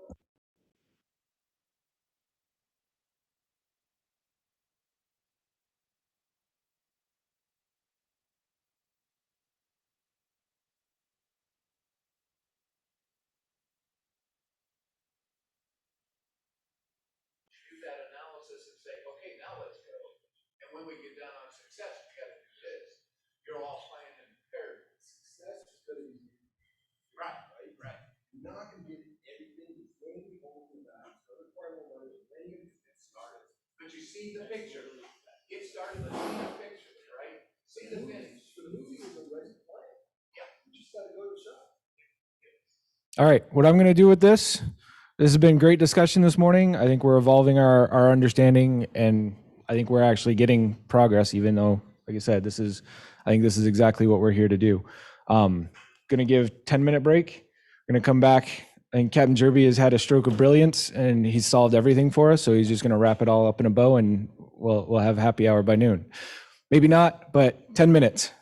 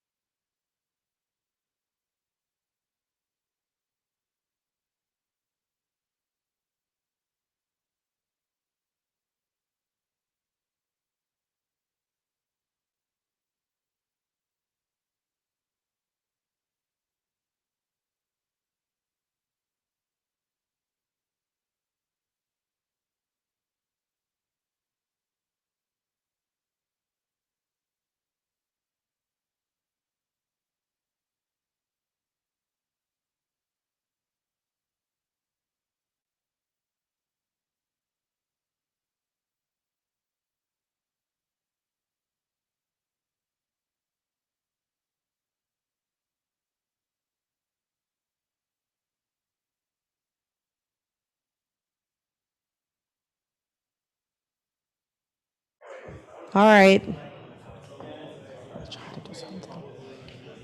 Can we all come back together, please?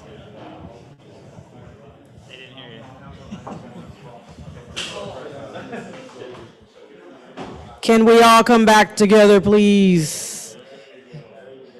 Gonna lower my voice down a couple octaves. Hello. All right.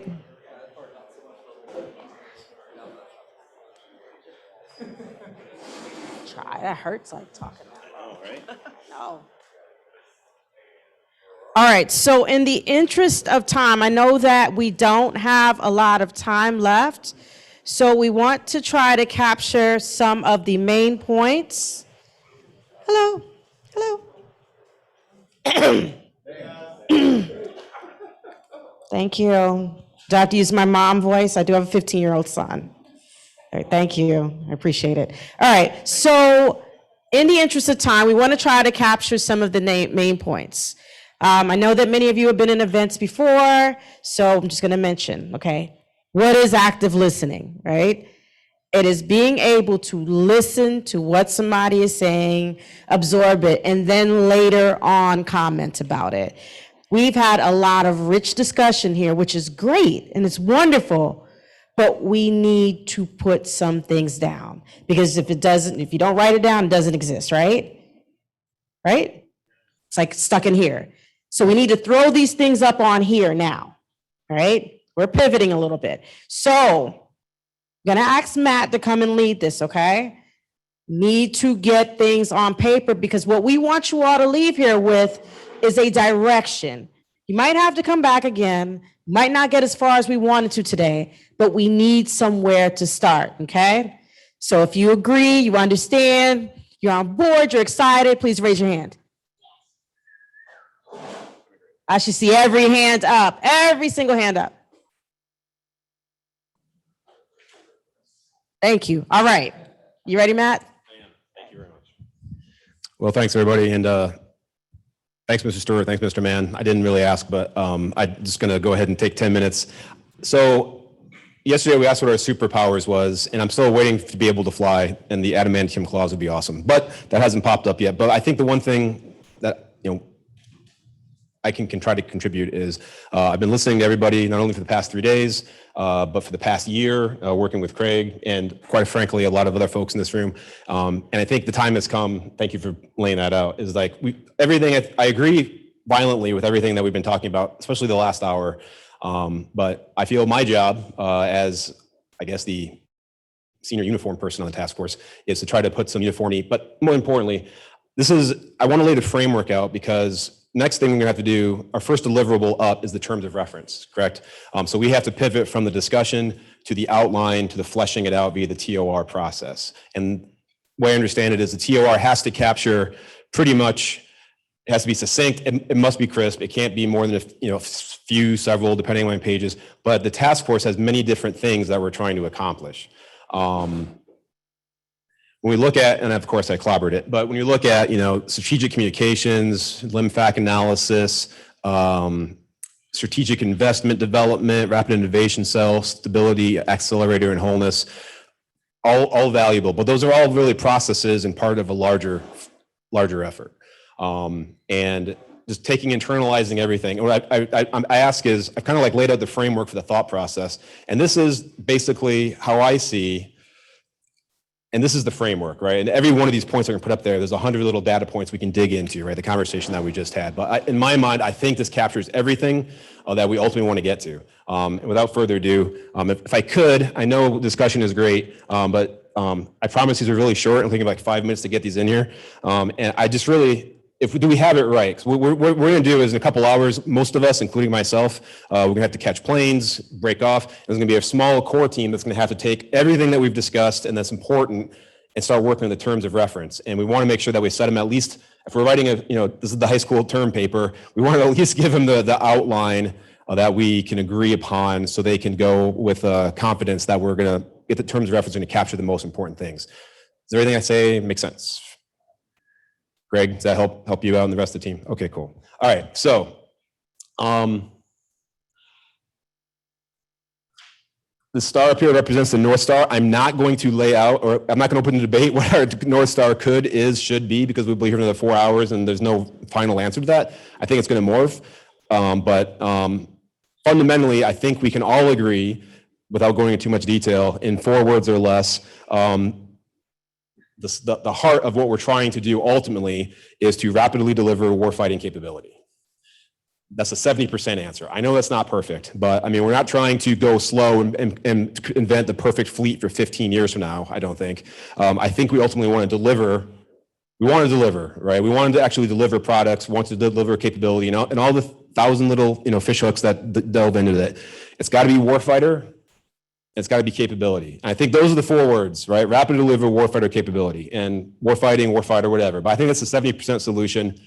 At a 70% solution, anyone fully disagree with that, or is at least can we agree upon relatively that? 70%, okay. And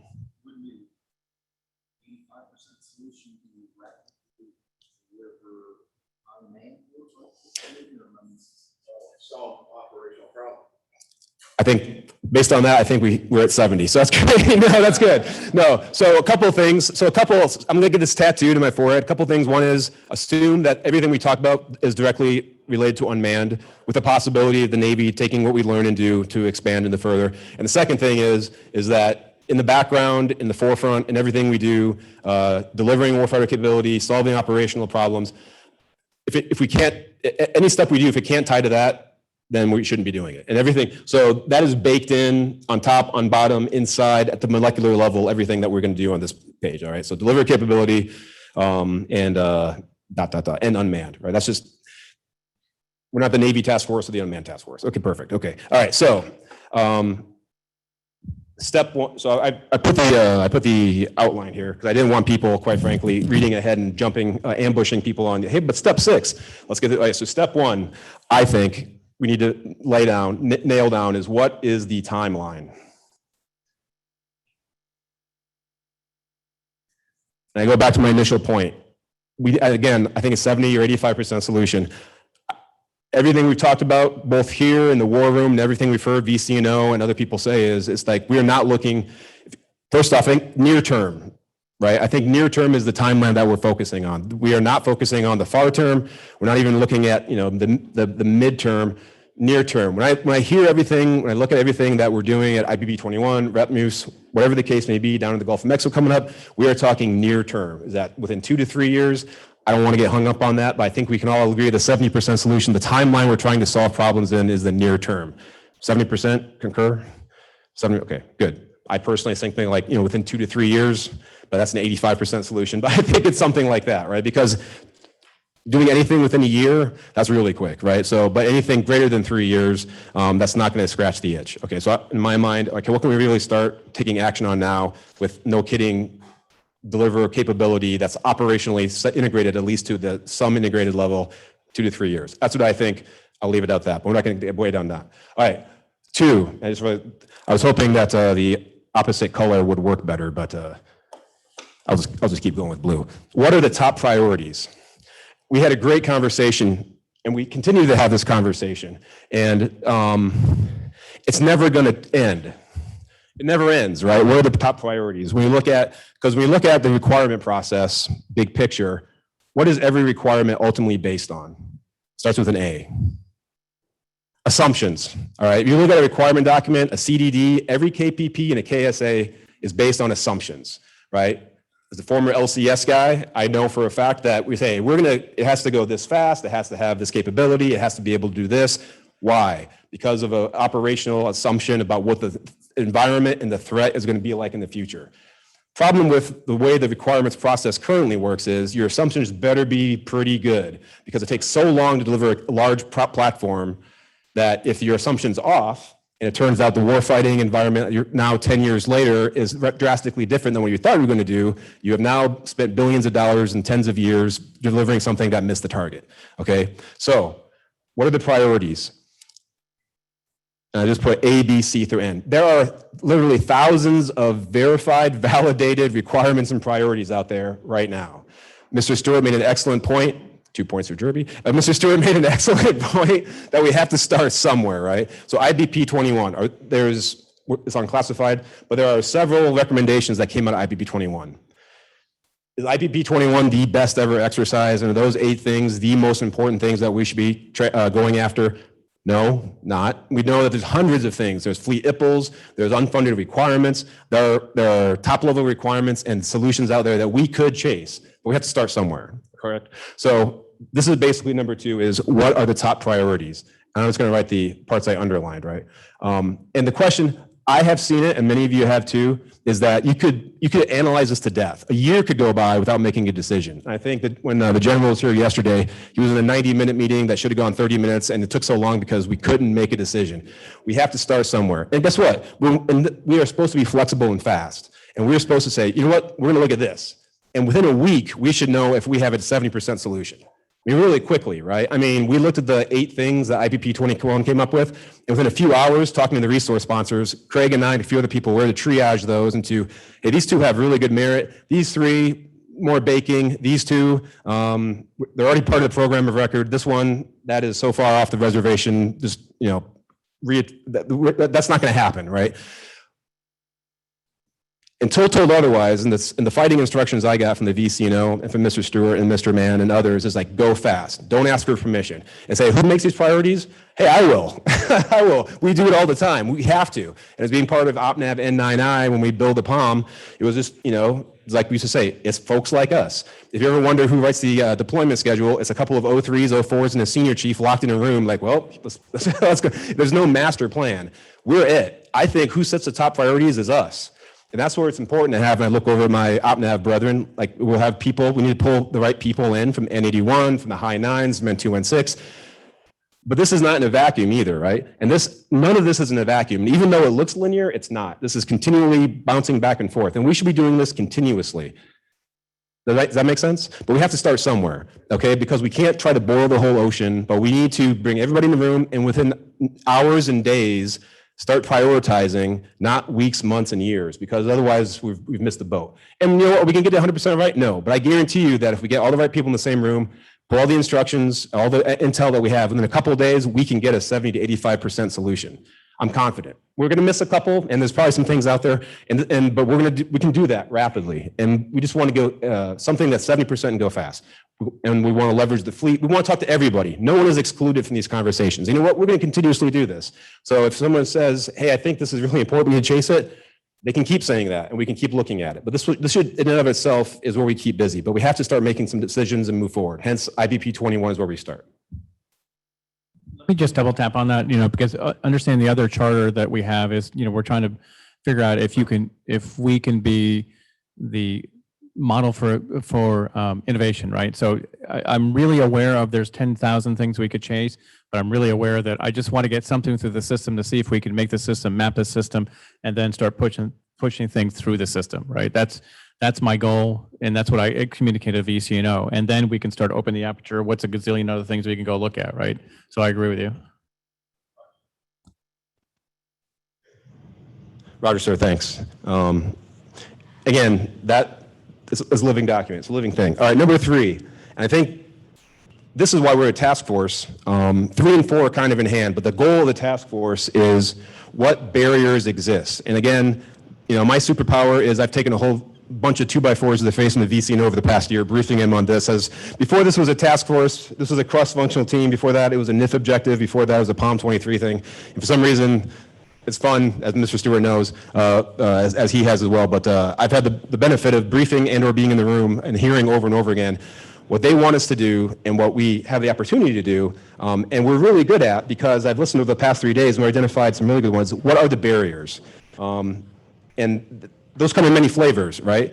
And here's something to think about. Why does the requirements and acquisition process take so long today? It's a valid question, right? It didn't just happen. It was over the decades, we have come to this requirements and acquisition process. It's not all bad, right? There are some benefits to a very methodical, analytically driven, very methodical, thorough process. What are some advantages of that? Thoroughness and hopefully not making as many mistakes. Yeah, exactly. Matthew, did you raise your hand? Yeah, just bad things happen slowly. So you catch them before they actually occur. Absolutely. There's a reason we do the IoT&E process to make sure, okay, before we start spending billions of dollars in scaling, does it even work? Is it going to operate in a way that it's supposed to?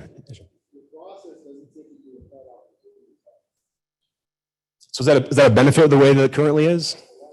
Aha.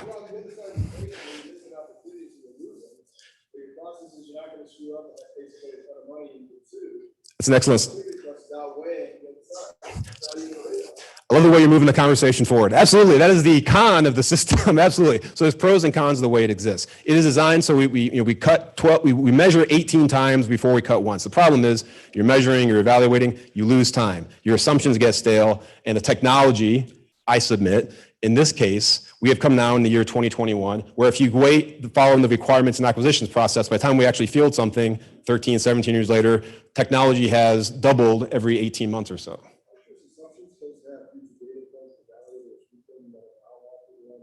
Absolutely. Yeah, absolutely. So my point, yes. So the point is that there are barriers out there to rapidly, if we want to get there. But what are barriers? So time could be a barrier. The processes that are currently in place can be the barriers. So if we need to go around those, if we need to go fast, there are certain things that I submit, there's two things we can do to go faster to get and more effective to go around barriers. One is within the task force. Two is those that the task force is not empowered to, is that we need to elevate.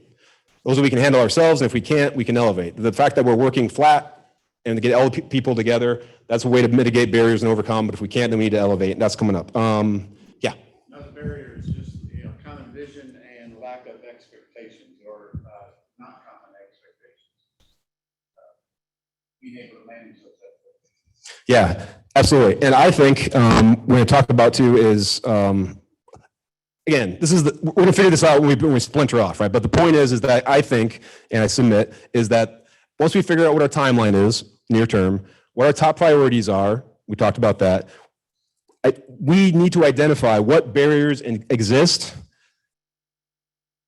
and what resources are needed. And this is at the macro level, right? And again, this is just the outline, trying to lay it out so when we do the terms of reference, we know that we're all going on the same side picture. So before we even start, as I say, cutting metal, et cetera, the very initial steps we need to do is, again, agree on the timeline, agree that we need to establish priorities and continually revisit, and we realize that we are empowered to make those prioritizations. Three is, then identify what barriers exist and what resources are needed in order to get those top priorities further down the pike. Before I go any farther, is that make it from a very outline macro sense, before we get any farther, this is kind of like step A, the initial kind of like establish a beachhead as far as processes goes. Does this make sense? Yeah.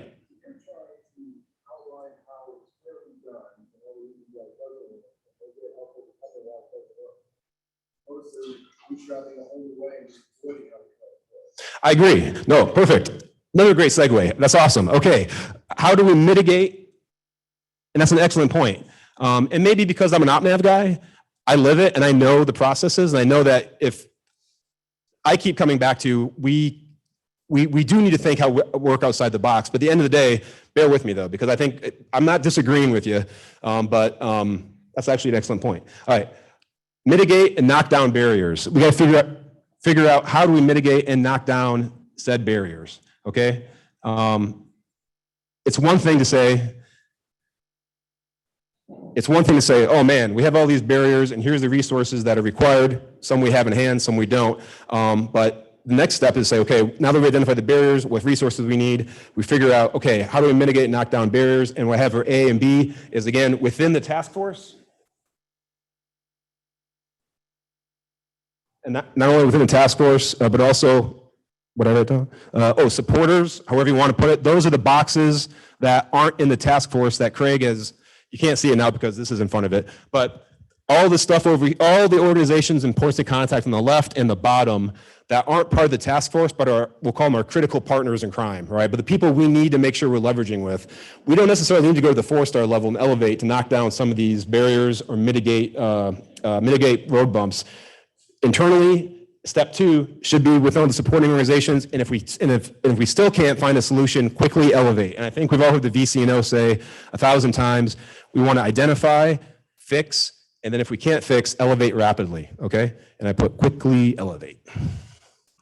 All right, so these, in my mind, as we go through this process, so it's not chaos, and again, this feeds back. All of this feeds on each other, right? As we identify, hey, we had a top priority here, for example.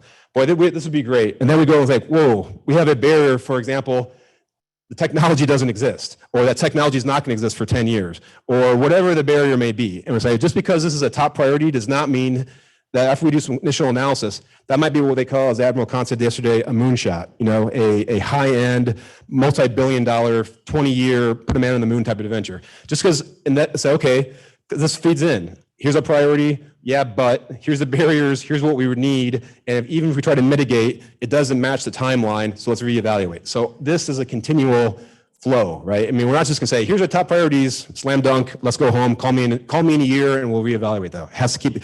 This has to feed back.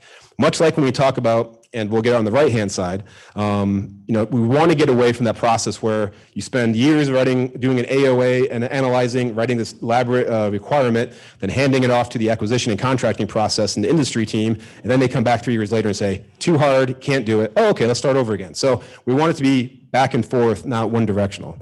Okay, so number 6, and this is an important one. This is when things start getting real, right? And I think we've hit on it, and I make eye contact. A couple of people have mentioned it. I mean, I've heard the rattling the tin cup multiple times the last several days. Basically, we need to get resources to actually do this, and we can't gloss over this. We need to get resources. And what I put down here in my mind is dollars. Everything else, because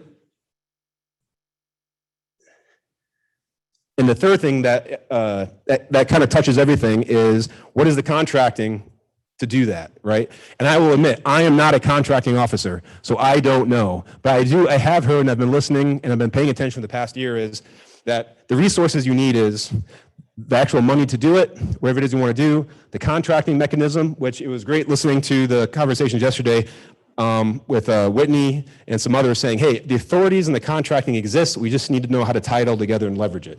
Okay. But I think, boom. And then again, this all feeds back. We're constantly talking to each other. The people who are doing this and doing this and doing this, continuously talking. And basically, as we learn, something here could affect here, which could affect here, which could affect here. But this is the flow of how we're actually going to get things out rapidly to the fleet. So what? All right. So once we have our what we want to do, we've mitigated as much as we can the barriers. We have figured out what resources we need. We've gotten those resources at the same time. So on the other side, and this is where I acknowledge, this is over here on ultimately get to the rapid innovation cell. This is very much going to be a framework for the experts to fill out the flesh, or the however you want to put it, the flesh on the skeleton, the ornaments on the tree. I'm just going to write this down quickly. So the first thing is, once we know what we want to do, we know how we're going to resource it, we're going to basically, I wrote apply to rapid development. And Dr. Stack, this is over to your bailiwick, and I'm just going to put what I think is the most bare bones version of what that looks like, and then I'll let the experts fill it out. But you need all of this, then you apply it to the rapid development environment, however we want to say it, and some key things are, hey, this incorporates, hey, the innovation, integration, and fielding to fleet. And those are all synonymous. Those are all, priority, A. I'm not saying it's in series or anything. That's just, thoughts, and this is where this kicks in. The innovation, the integration, fielding to the fleet rapidly, and B, this kind of goes to here. And we've heard Admiral Khan say this over and over again, similar to the VC note, get things into the hands of sailors more quickly, assume some risk in getting platforms that aren't fully baked out there and let them get their hands on it. So the fleet fielding, experimentation.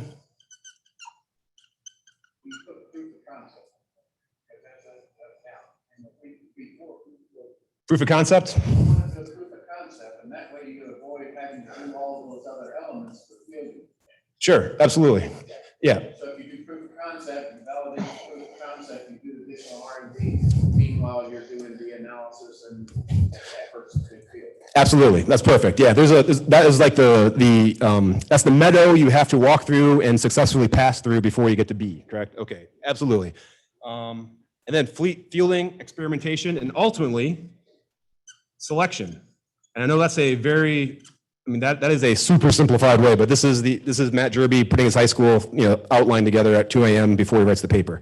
And then, okay, ultimately, and this is where it gets fun, right, is the operational integration and use. Because so this is probably, we've kind of like talked, and it kind of stops here, right, where we talk about rapid innovation. But eventually, if this all works, proof of concept, we get to the field, experiment, and it gets to some selection point, at some point, we have to transition this to an operational integration and use.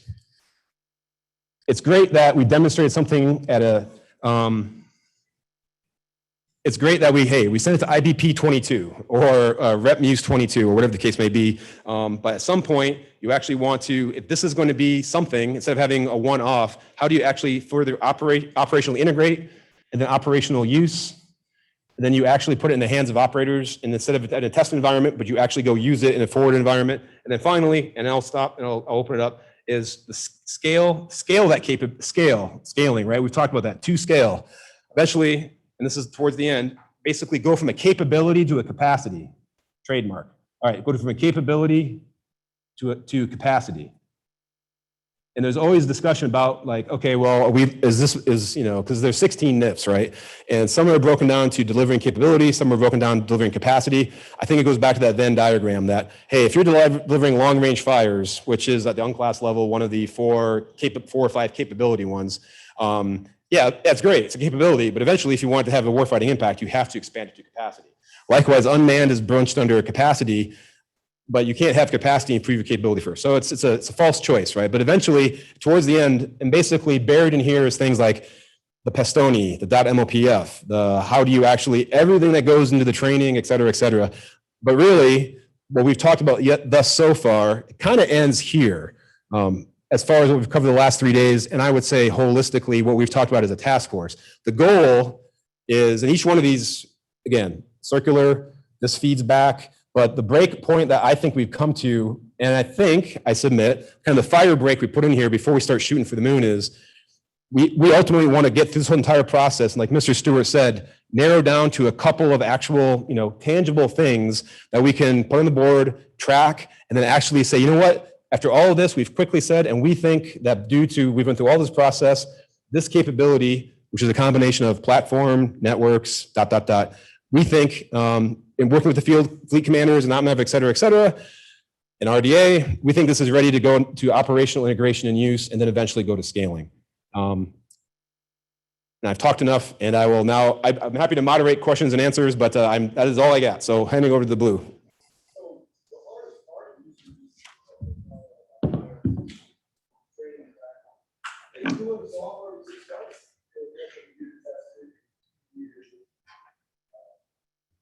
The only way to bridge that gap is how long the development and then the shots. I want to hire one of the chiefs of they go out to the ship and they're fly away and that's small. Still has 2 years behind. The operation otherwise, that's how they get their high school. The mission funding training practice community can't scale up and down every day. So competition side is money with it. Maybe scale it down twice to keep the pipeline. This is an act. So go back to your point is that sounds like what you found, I say this back in my simplified brain.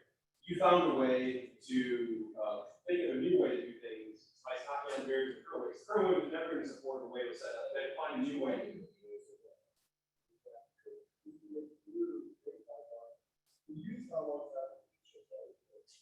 It doesn't work, everybody knows that. It doesn't work, we gotta fix it right away. So go back to your earlier comment, and I offer. Before we go back to your earlier comment, break.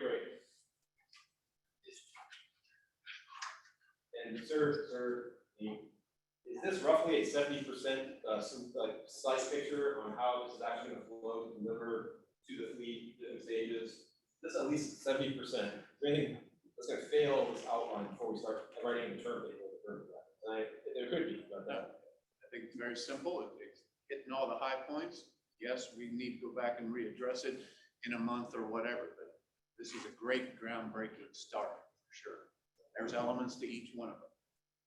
the part I don't see, which I think is going to be critical, is somewhere you can't be implicit on the engineering rigor piece. And so I don't know where it goes, but if it's just imagine it, we've got to get out of PowerPoint and emotion on making the argument. So I think we owe engineering rigor, technical rigor, facts, truth, somewhere embedded in that explicitly, or we'll just be committing, we'll be going so fast, we'll pretend that that's not necessary. I vision that as an A. Okay. That's all embedded in an A. Okay. So- Yeah, totally agree. And it needs to be highlighted. Yeah, we need to just be, So- I will just. Because that's gonna help manage those expectations. As we're piecing this together, I think fundamentally, this is great to see. I think it brought everybody together on, if you want to say, the organization. How are we going to organize and actually operationalize our mission? Can we actually pull together this team to pull the answers? So there's, in our draft, you're hitting the exact part where I see this is organization, and whether I think the explicit things that Mr. Mann was just bringing up of making sure that we use data, that we have facts, that we can rationalize and justify our courses of action in our discussions. I'm not sure if that goes still, I think we can seam it into here, or we can put that in the responsibility section. We have a responsibility to make sure our decisions are documented, sound, and just. I wouldn't worry about it on the outline. I'm just saying that when we finish the tour, there needs to be no question that, we're going to move fast, warfighting capability, but if the decisions that are ultimately going to be informed got to have facts associated with it. And it sounds, I'm embarrassed that I even have to say it, but that's kind of what has been happening. That's why we have massive programs of record that are fully funded that won't deliver. So anyway. Hey. Yes, sir. And go back to your original point. Okay.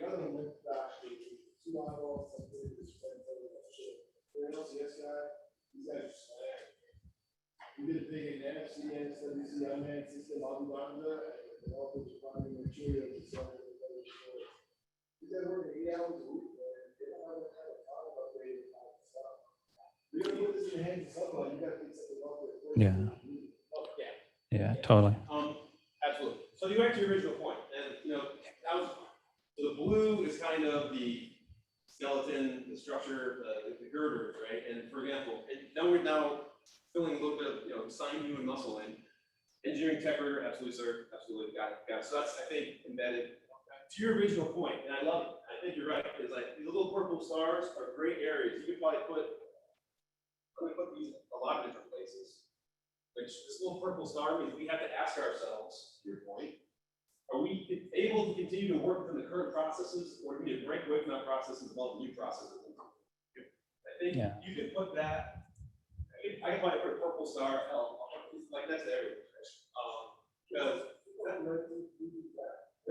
we're the red team, and we're it. I mean, there's no other team in the next door. I mean, we're it. But I see what you're saying, right? But we need to pull within our own organization. So I mean, that's great. I mean, because I think what the DCNO that was saying is that if you have a barrier that you can't meet, then that in itself, the current processes could be a barrier in itself. Yeah. Hey, Matt, real quick. So first of all, this is awesome. Thank you for putting this together. I think this is great. I think you're spot on. This is at least 70%, and we can work from here, and this gets us focused on actionable ways forward. The only thing I would add, I think right next to your North Star statement of purpose need to be the 2 North Star metrics. Number 1, time. Number 2, impact. Your 2 North Star metrics need to be right there in every single thing we do, because right now, guys, nobody hates us yet, because we haven't told anybody what they don't get anymore. We haven't said what you have to give up, what you just talked about. This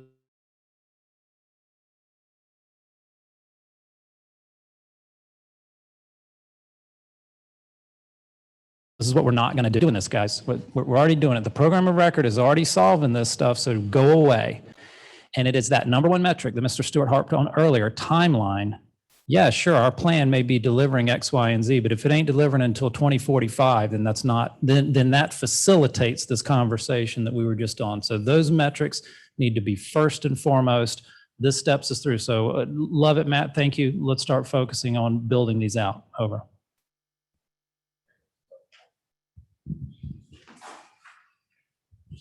Thanks. So with regard to the engineering tech rigor, where and when do you see that happening?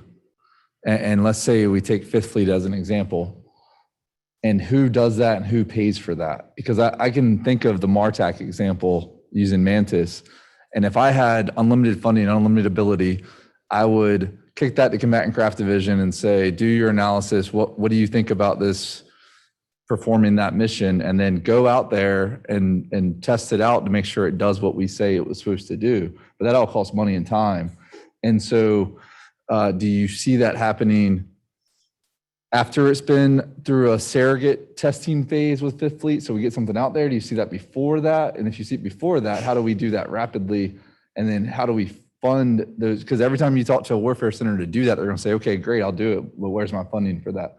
So that's perfect segue. If I could, I forgot something. The reason I put these two lines down here, you can't see it, but down here where it says get resources, which is money, everything else, and contracting. The one thing I put in double line and double arrow, and I think this is an action that heretofore we haven't specifically talked about, but we've alluded to, and that is pool resources. Now, what does that mean? As yesterday, we heard Whitney and others basically say, hey, we need a tin cup. CTF 59 is like, I need $1 million. Everyone's like, ... Right now, there is no process within all of us, which represent the breadth of the enterprise, to say, to match, I submit. There's no way that the task force has the visual on, nor the ability to steer or at least recommend resources to go after these priorities and to do this.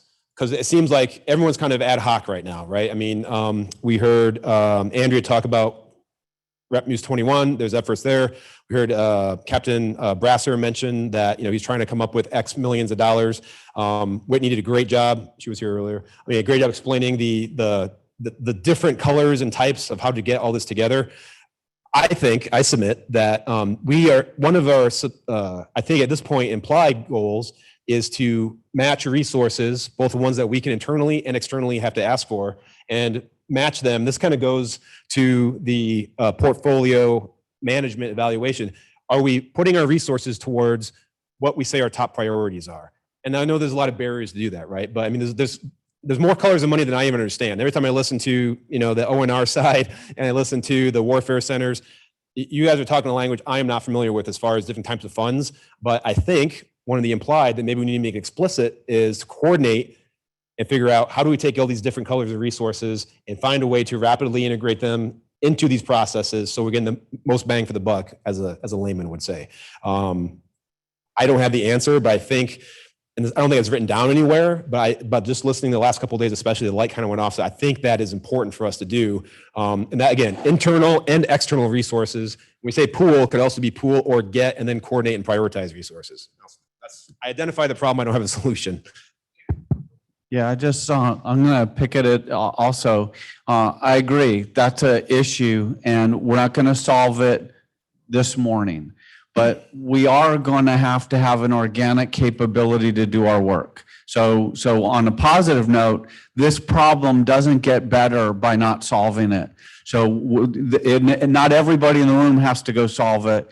There's probably a leadership function, but we need to know scope. Anything we do,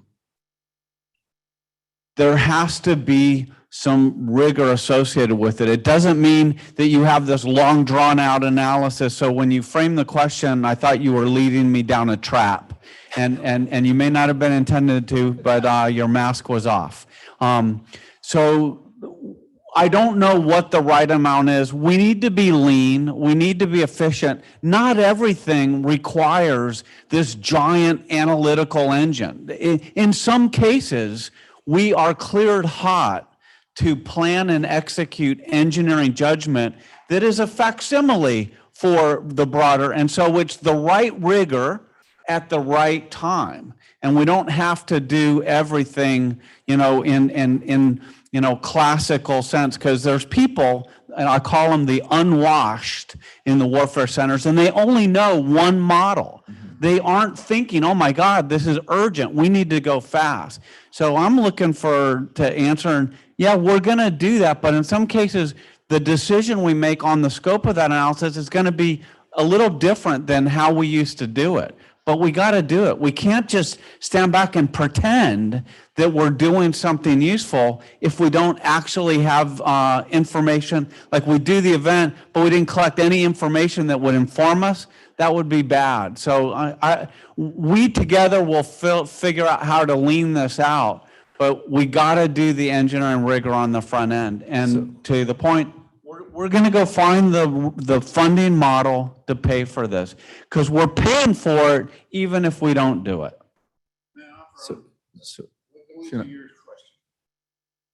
And to go fast, you need to communicate. So I say at the beginning, we begin communicating. That's not executing resources. That's not executing the square root or bending metal. But if we can begin that discussion way up front that we're doing something with the warfare centers, or let me rephrase it, the government labs, then we have a dialogue. Then we all get that vision together so that we get to a point where resources, funding is needed to do the true analysis and rigor. And I say it's the dialogue to the proof of concept. Upon successful proof of concept, then we're really getting into the knee deep. We don't have to waste the resources before we even get there. And then I'd also say on number 6, getting resources, a couple inputs I have there, it doesn't have to be just Navy money. In a business venture capitalist model is one of the top priorities aligned to DITRA, to Army, to RRTO, to the others, because you can do that buy down risk and bring them in. And before putting contracting, I would put engagement with government labs, because all of the contracting vehicles that everybody's going to leverage is going to be through one of the government labs, because they own the OTAs, they own the CETA contractors, they owned all of those tools, the DTIC contracts. Those would be how we leverage existing, and we don't have to wait for the 18 months to get something in play. Those little red stars. Yeah. That's what that is. And on contracting, part of the team here is contracting. We need to find those areas of where those contracting officers who lean forward, who can help. All right. So, can I just jump in? So to answer your question about, how far advanced, I look at the Marine Corps and they'll put like a machine gun in a golf cart and run around. Does the stupid thing even work? It's like, okay, that seems to work. And so I imagine like the MARTEC running around and the Persian Gulf doing something like, okay, that's not a stupid idea, but now you got to improve on it, right? So it doesn't have to be this end-all solution. Again, I'm way out of my depth. I don't know enough about this, and I don't know you guys in the world, but that's the way I envision, just minimum viable product that it's doing something that sort of tests the concept. People go, yeah, that seems to work. Now let's make it really work. Is the way I envision this. So the equation on rigor is upfront rigor is to offset long-term risk. Put a lot of rigor on the front end, buy down funding risk, performance risk, safety at the back end. The more rigor you add, the less risk you can stand, the longer it's going to take. You want to reduce the rigor to just enough where nobody gets hurt, but you can fail fast. Let the market determine the winners and the losers. If you try to put all our requirements on the front of the experiments, you're never going to get through the rigor part. And the analysis guys are limited too, right? You want just enough rigor that nobody gets hurt. You don't break somebody else's stuff. And if you fail fast, then we learn from it, right? You want to be VC, that means you got to be willing to lose 1,000 to win 1.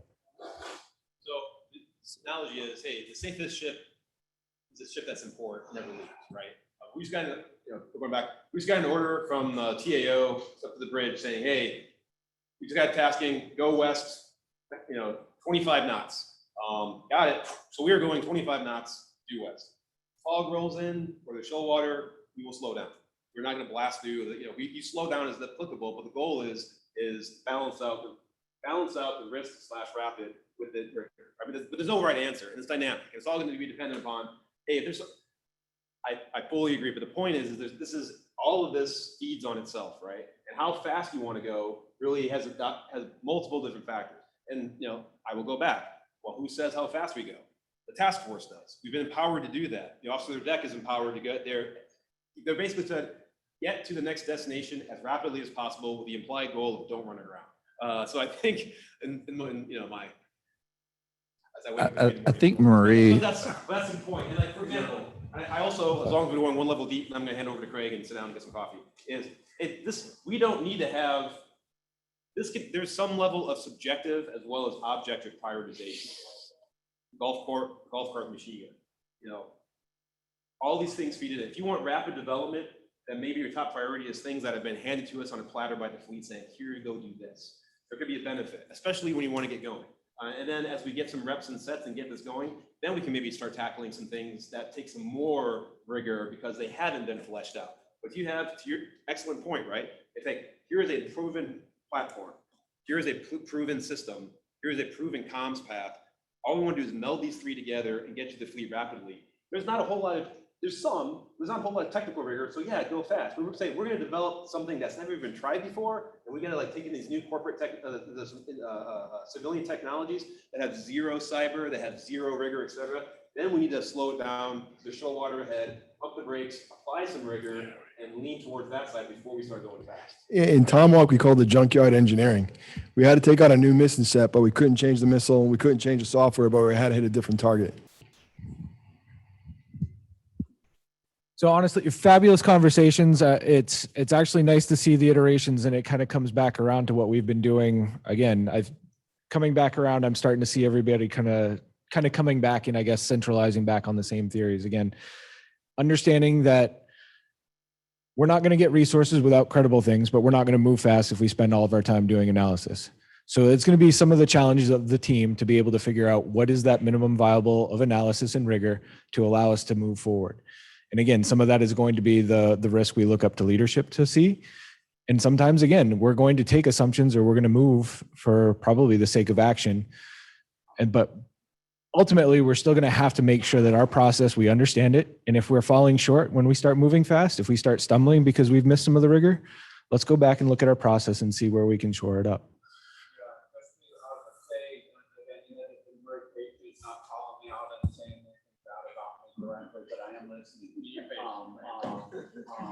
Hey, look, the other side of failing on this task force is just going out and not having our shit in a sock and basically doing dumb things, driving a decision, and have that be so there's a balance. So I like your language, words kept dynamic, the right amount of rigor for what we're trying to accomplish. So I totally get it, but we don't want to be, it's not, and there's different phases, but if you're talking about a serious capability where you want to scale up, you better know something besides I think it works. Yes.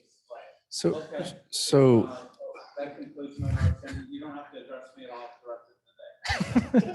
So I assure you I wasn't trying to trap you. I think you answered the question, but what I was getting at is if you want to treat USVs or unmanned systems as a surrogate and get it in the field and testing, Marie alluded to her program where they had the technologist, the end user, and the program office very closely linked, working in hand.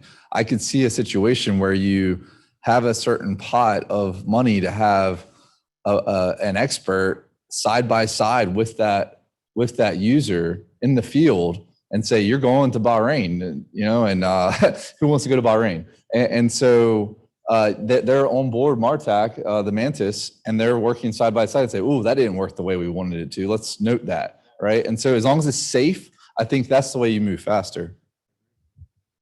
We're speaking about this theoretically, but you did this at MRAP. So like, is this the MRAP model? I mean, because I got to imagine you're doing a lot of this. Yeah, and we were basically learning just enough, and I appreciate not to kill somebody, so we didn't want to jeopardize somebody's life, but we figured out the minimum amount that we needed to know to get it in the hands of the warfighter. So that's really is the approach, but it wasn't none. And unfortunately, we did have, literally tens of millions of dollars for test program.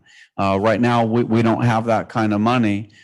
So that's the one difference that I'm hearing is that, and We don't need $1 billion, but we need some money to pay people to ask and answer these hard questions. It can't be just industry saying, trust me, it's my brochure, because that's almost never true. It's occasionally true, but it's almost never true for it to work the way a vendor says it's going to work. So I don't think we've actually said this out here yet, but again, some of our 30 to 90 day slides is one of the questions we have identified consistently, and we have been forward to the VC. I know Dr. Stack was a proponent for this. Of S&T has a good pot of money that they're working on, but there's going to be the 6-4, there's going to be the reimbursable labor, there's going to be things that are not organic to this core team that we're going to have to be able to do.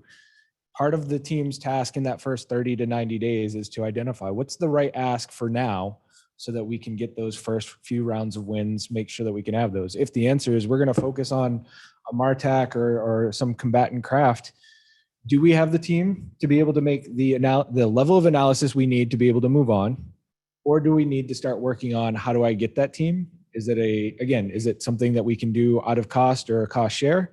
Or is that something fundamentally that the team is going to have to find the resources or pay for ourselves? But those are questions we're going to have to be able to answer, and we're going to have to be able to give a reasonable ask, looking at those first few things that we want to go do. If we have those successes, I think Mr. Mann's mentioned that before, success begets success. You will get more momentum as you're showing credibility of your execution plan, as you are showing your wins, as you're showing your contribution to actually delivering capability to a warfighter.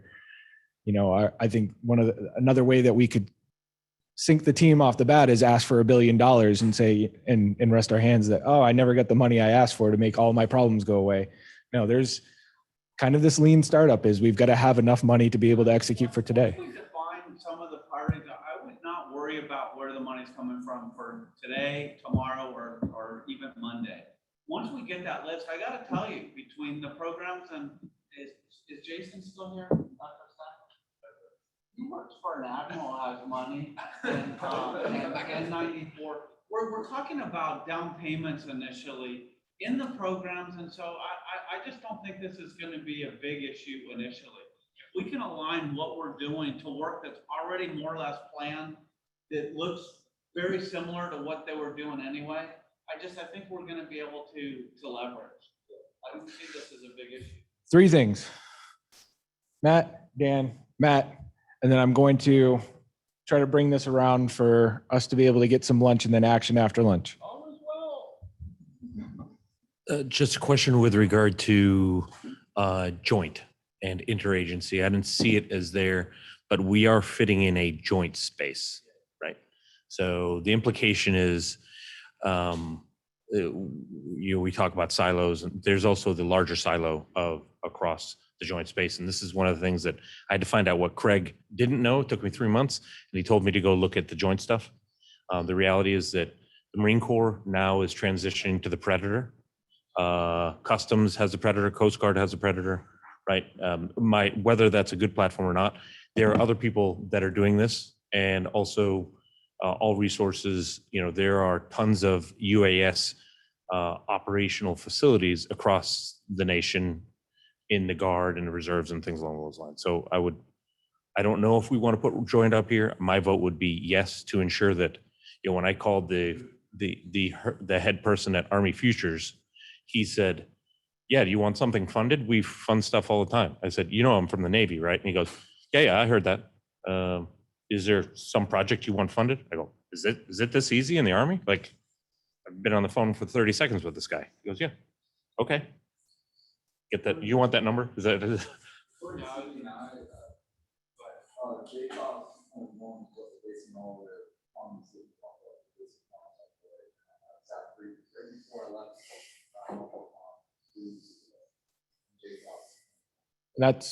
That's what our N8 reps here, Cheese and Nut, the other day were mentioning. That's fundamental things that if we can show what our impacts and what we want to change can be mapped into that, we have a very strong ability to compete for resources that matter. There's another opportunity. One thing to close that piece though is one of the messages I would have is on the joint, the international and all of these, as we mentioned, you'll see that there's a lot of team. It's probably one of the few spaces we have opportunity to leverage other people's money, so to speak, non-Navy dollars. But I'm also going to say right now, I think that's an objective. I don't know if we would mark that as at the threshold side of victory in the early side. I think it's where there's some of the most value to go after. But I know consistently, just from inside, as we've spoke that, you can see the war room, you can talk about the POM, you can talk about the fight brief. We still haven't cracked that nut of how to talk about the Navy as a piece of the joint force, honestly, when it comes to resourcing. So when it gets to resources and warfare centers, 2009 National Defense Authorization Act by the CNO, sponsored by the CNO, was the Navy Innovation Science Engineering Funds. And for those that don't really understand what that is now 2% of all reimbursable dollars that go to a warfare center are investment dollars, tax, that goes to the technical director for workforce development and innovation ideas. You've heard it referenced several times. So to me, where that engineering technical rigor comes in play as part of that discussion with the Warfare Center saying, hey, John Phillips, you're excellent in ISR, need you to help me and take a look at this and do an upfront analysis, is workforce development. There's an opportunity that the CNO, Vice CNO, task force could go to Warfare Center and say, hey, we want you to be a part of the team. Can we leverage some of your $219 that are Navy customers and others that you could use for this? We already have the VCNO. I know We that. can go directly to them already. So who wrote the National Defense Authorization Act or who sponsored it? Yes, they could do that. So, when Bill Bray was here, we had that discussion, and the first thing, and this is when we were new, first response was, well, you got to give us money. And Bray got hit. And Bray was basically 4%. It's like, really, we can't come up 3 cents. Right. So they have that. But this is in support of workforce development. John's going to get smarter by being engaged with this little effort here. So there's a return on that investment. So the meeting is tomorrow to finalize that for 22. I understand. I'm just saying, But if you you also need to get know- something in, it's But like, you also yeah. know the TDs have that reserve funding. That I think there's leverage there, and I would imagine if their boss said, I need your support, there would be some. Maniacal sense of urgency. Even if it's It's- 25 cents.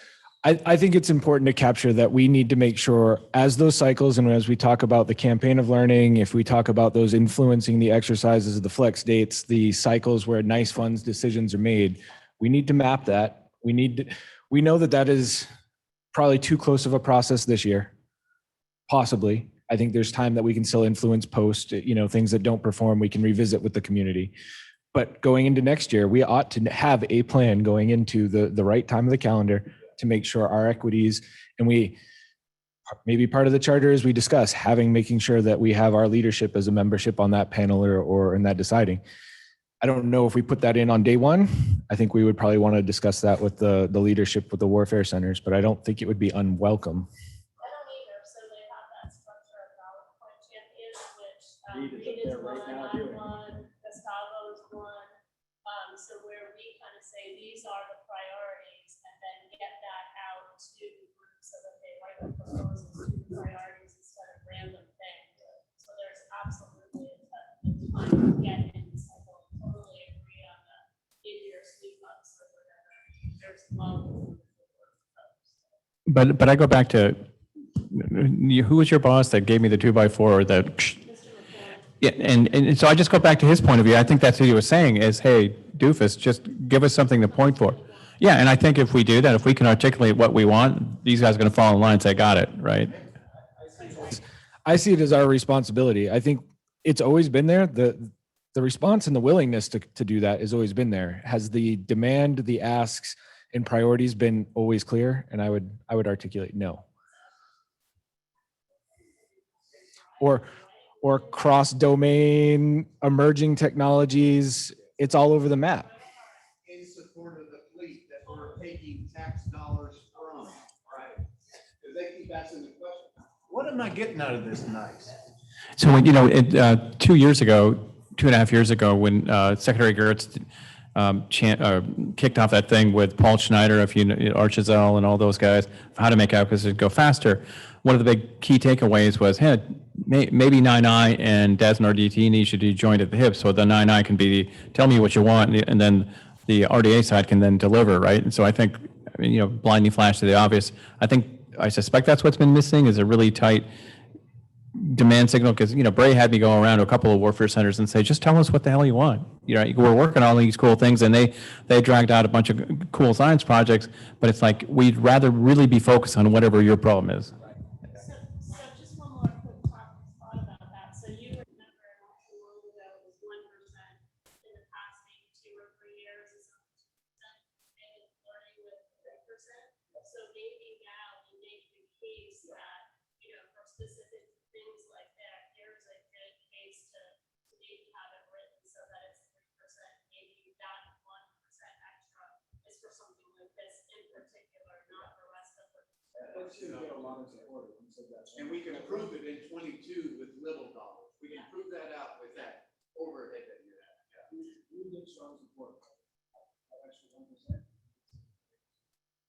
Now, where a challenge has been on that 3% was, so you're executing projects, if you will, in the 219.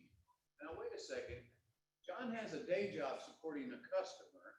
So we're at a capacity issue of, if I give you more fund money, then your customer's deliverable goes down a little too. So there's a give and take. But the customer is part of this. Yes. And we're using their money as Yes. tax, right? We can match Do that. something they need to do is kind of augments their deliverables in their portfolio, so they're not. Last comment. No, and close it up.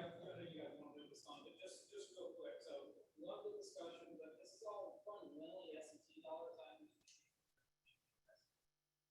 Getting S&T dollars focused on this problem is not hard.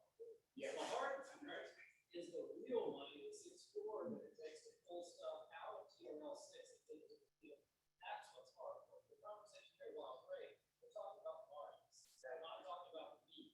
And that's okay, we don't have to solve meat today, but we just need to continue to make sure there is a conversation to come that is about real dollars, not billions, right? $2 billion.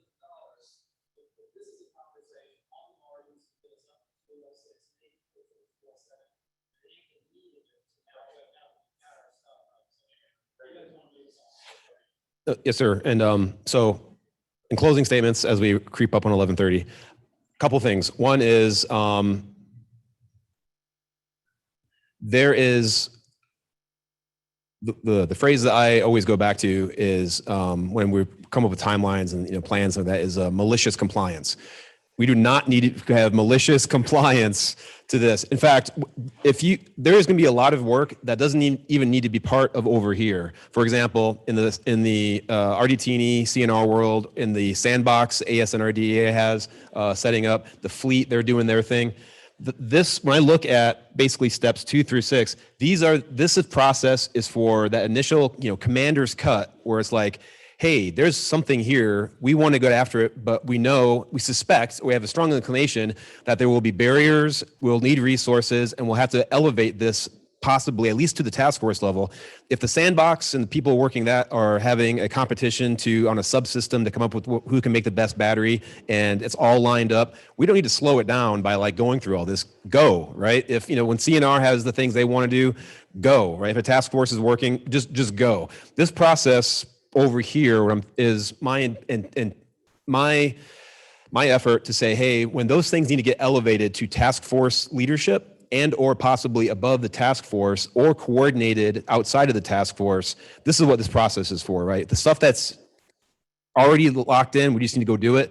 Go do it. Go 30 knots and get there. So I don't want everybody to think like, oh, geez, well, I know exactly what I want to do. I want to work with this task force. We already have the money, but we need to like vet it to see if it's top priority. No, not at all. If there's a clear path and there is no danger, take the shot, right? We want everybody at the sub, you know, in their individual teams going fast and applying at that, you know, the sub level, that rapid versus rigor mentality. And this is for when we're like, wow, this is important. But we also know that we don't have a clear path because we either know or suspect barriers are going to be there that we need to walk through, and we have resources that we're probably going to have to coordinate in order to make this happen. This is to expedite things that otherwise will fall into the valley of death or slow down and grind down, not a process for the bureaucratic sake. This is to tackle those things that need to get tackled. If it doesn't need to get tackled, if it's a beautiful day and you got blue water in front of you, no contacts, go 30 knots. So anyway, I just wanted to put that out. So a week from now, like, well, Jerby said we need to go through this part. Is it? No. And also, I did at the 85, 9%, not only is it priorities, these are the opportunities we talk about, right? So when the supply side is saying, hey, here's an opportunity, here's a platform, here's a concept, we didn't even think of it within the task force, that quickly can get put in here. So I'm not saying that this is only one source. These ideas could come from anywhere, right? So anyway, I just wanted to make sure everyone understood that that was the intent of all this. So thanks, everybody. I'm going to hand the mic back to Craig and get us back on track. All right. First thing I want to see is hands. How many people here are staying for lunch? 1, 2, 3, 4, 5, 6. So put your hands up if you want to have food before you leave here today. 1, 2, 3, 4, 5, 6, 7, 8, 9, 10, 11, 12, 13, 14. You guys 15? Come on. All right, I'm going to say at least 8. Let's go for 20. Now I want to see one hand. Who's going to help me here as we go on break in the next 20 minutes to put together a pizza order? I'm giving, between you and Mark, you two help me out. Get a pizza order so that we can have something when we come back from a break. I'm going to take 20 minutes. I'm going to double check with the Naval X team.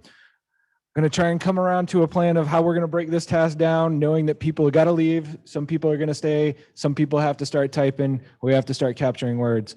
So 20 minutes from now, we're going to come back with a plan for pizza and a plan to finish the afternoon. Ready? Break.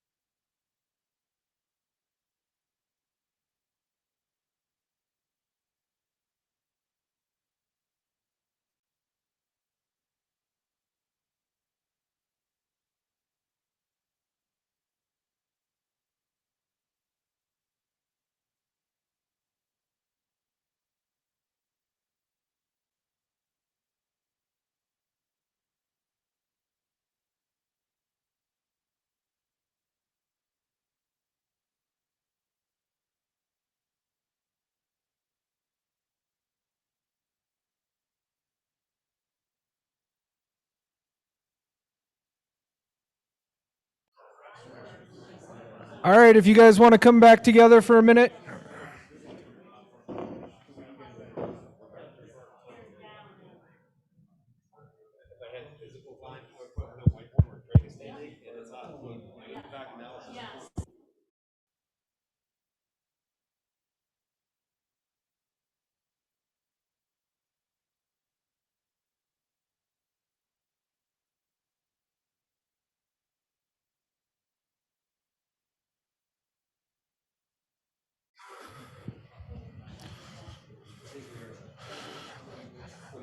All right.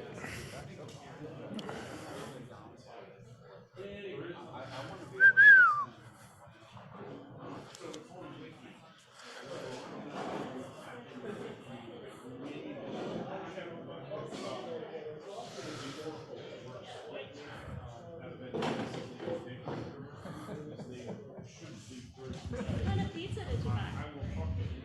They're still working the pizza order right now.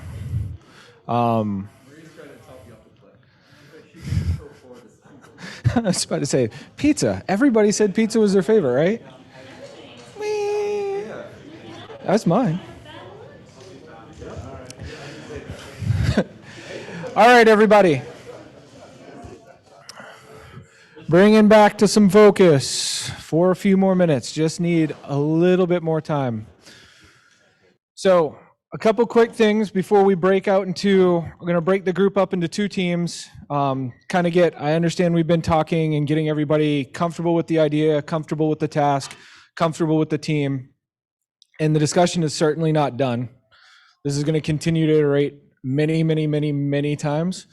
Hopefully more success, more iterations, more change. It's going to be great. A couple things that I want to say before we break up into teams, because I think when we go teams, we're going to go kind of tactical for a while, break apart for a couple days. Some things that I'm going to ask you to do when we break up into these two teams. Going to start the work. We know the pizza's going to arrive, the food's going to arrive. Sit down, relax, get your food.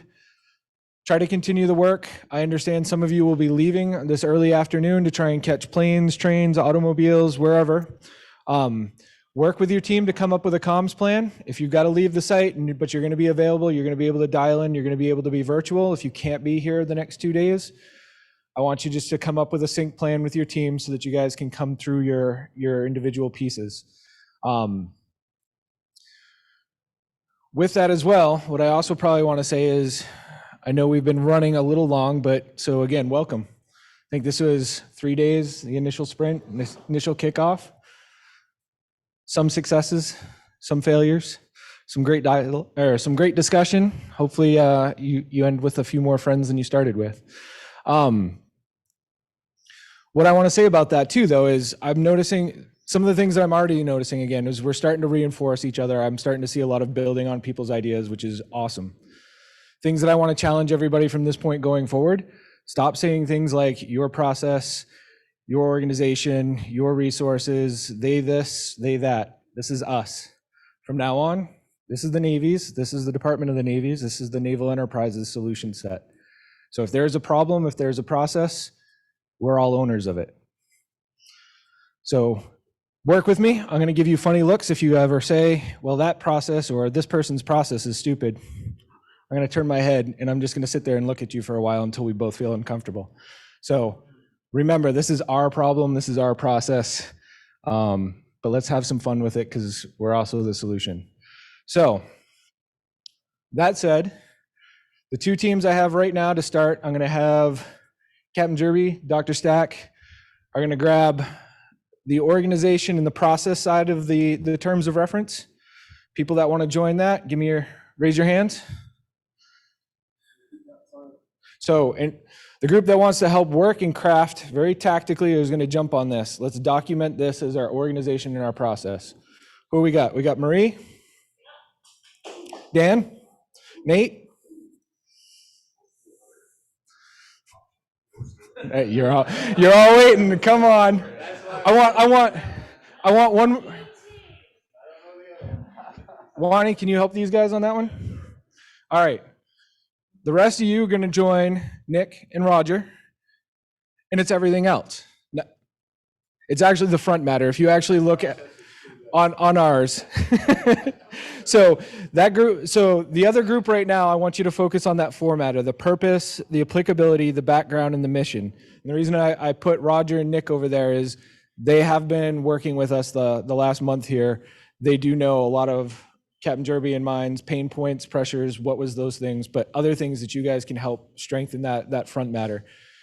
What's important about that is we get that, we try to work on that plan to deliver those.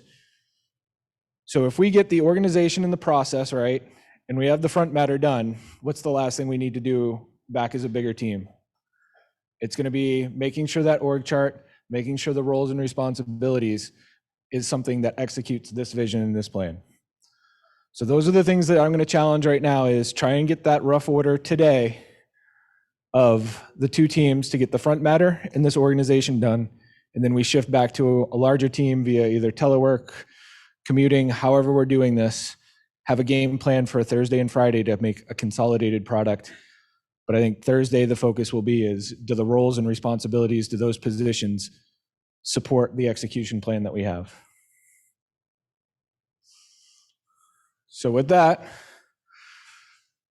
think we already have the teams. Any last words as we're a big happy family right now?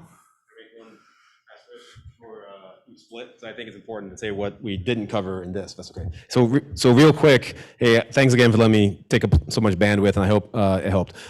So you can't see it because it's collaborative, but there's 5 roles that the task force is going to do, and this, you've seen them before, right?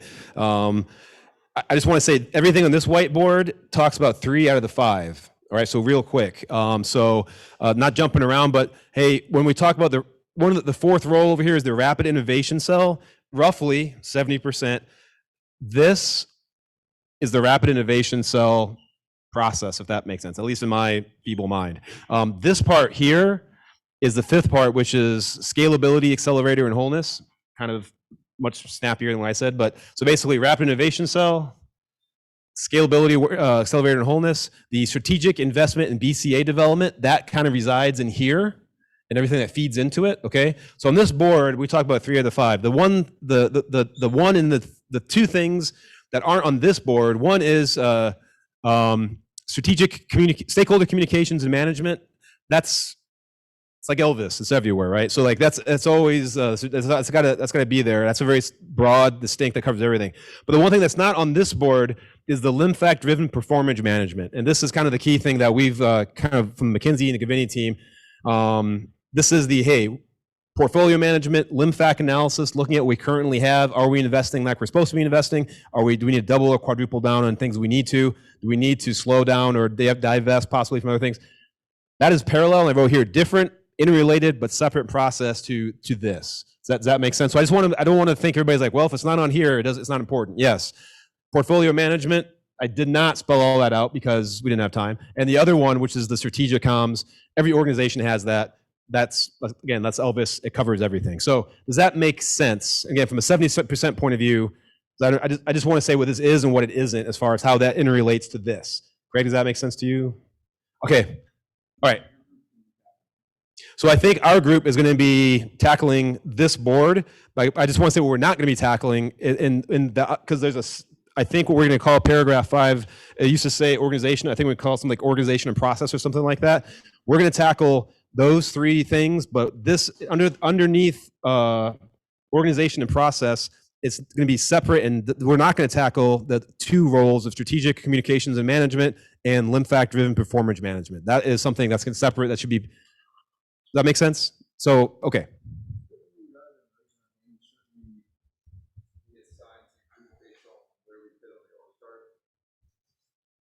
Well, sorry. The answer is this is tactical time.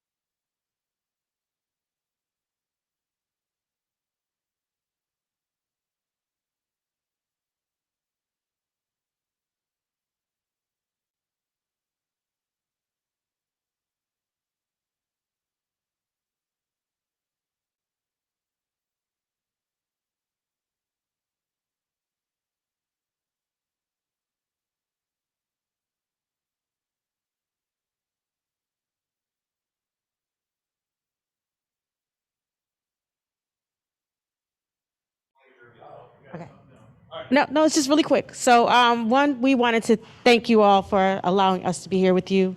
I hope you enjoyed the facility. I know you're going to be here for a couple more days, but this is the last time we're going to have you as a group. So, as always, please leave us feedback. We want to do better. We are here. We are Navy. We are here to help the Navy. So, please, leave us feedback so we can help get better. And you have anything?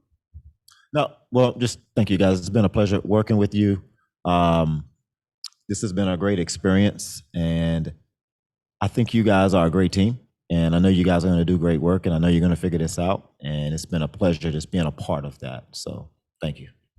So yes, on behalf of me, Ken, Rodney, and Todd, and Naval X, thank you. And we're still around if you need us. Last words. Pizza will be here in less than 45 minutes. We have, I believe, this floor space for until 5 p.m.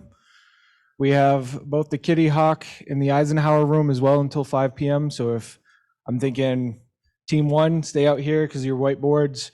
I think Roger and Nick are going to grab team 2, heading over into the either Kitty Hawk or Eisenhower. And then as soon as the pizza's here, break, eat, be merry, have fun, make friends, enjoy yourselves. Thank you, everyone. Thank you, Naval X team. You've been great. All right.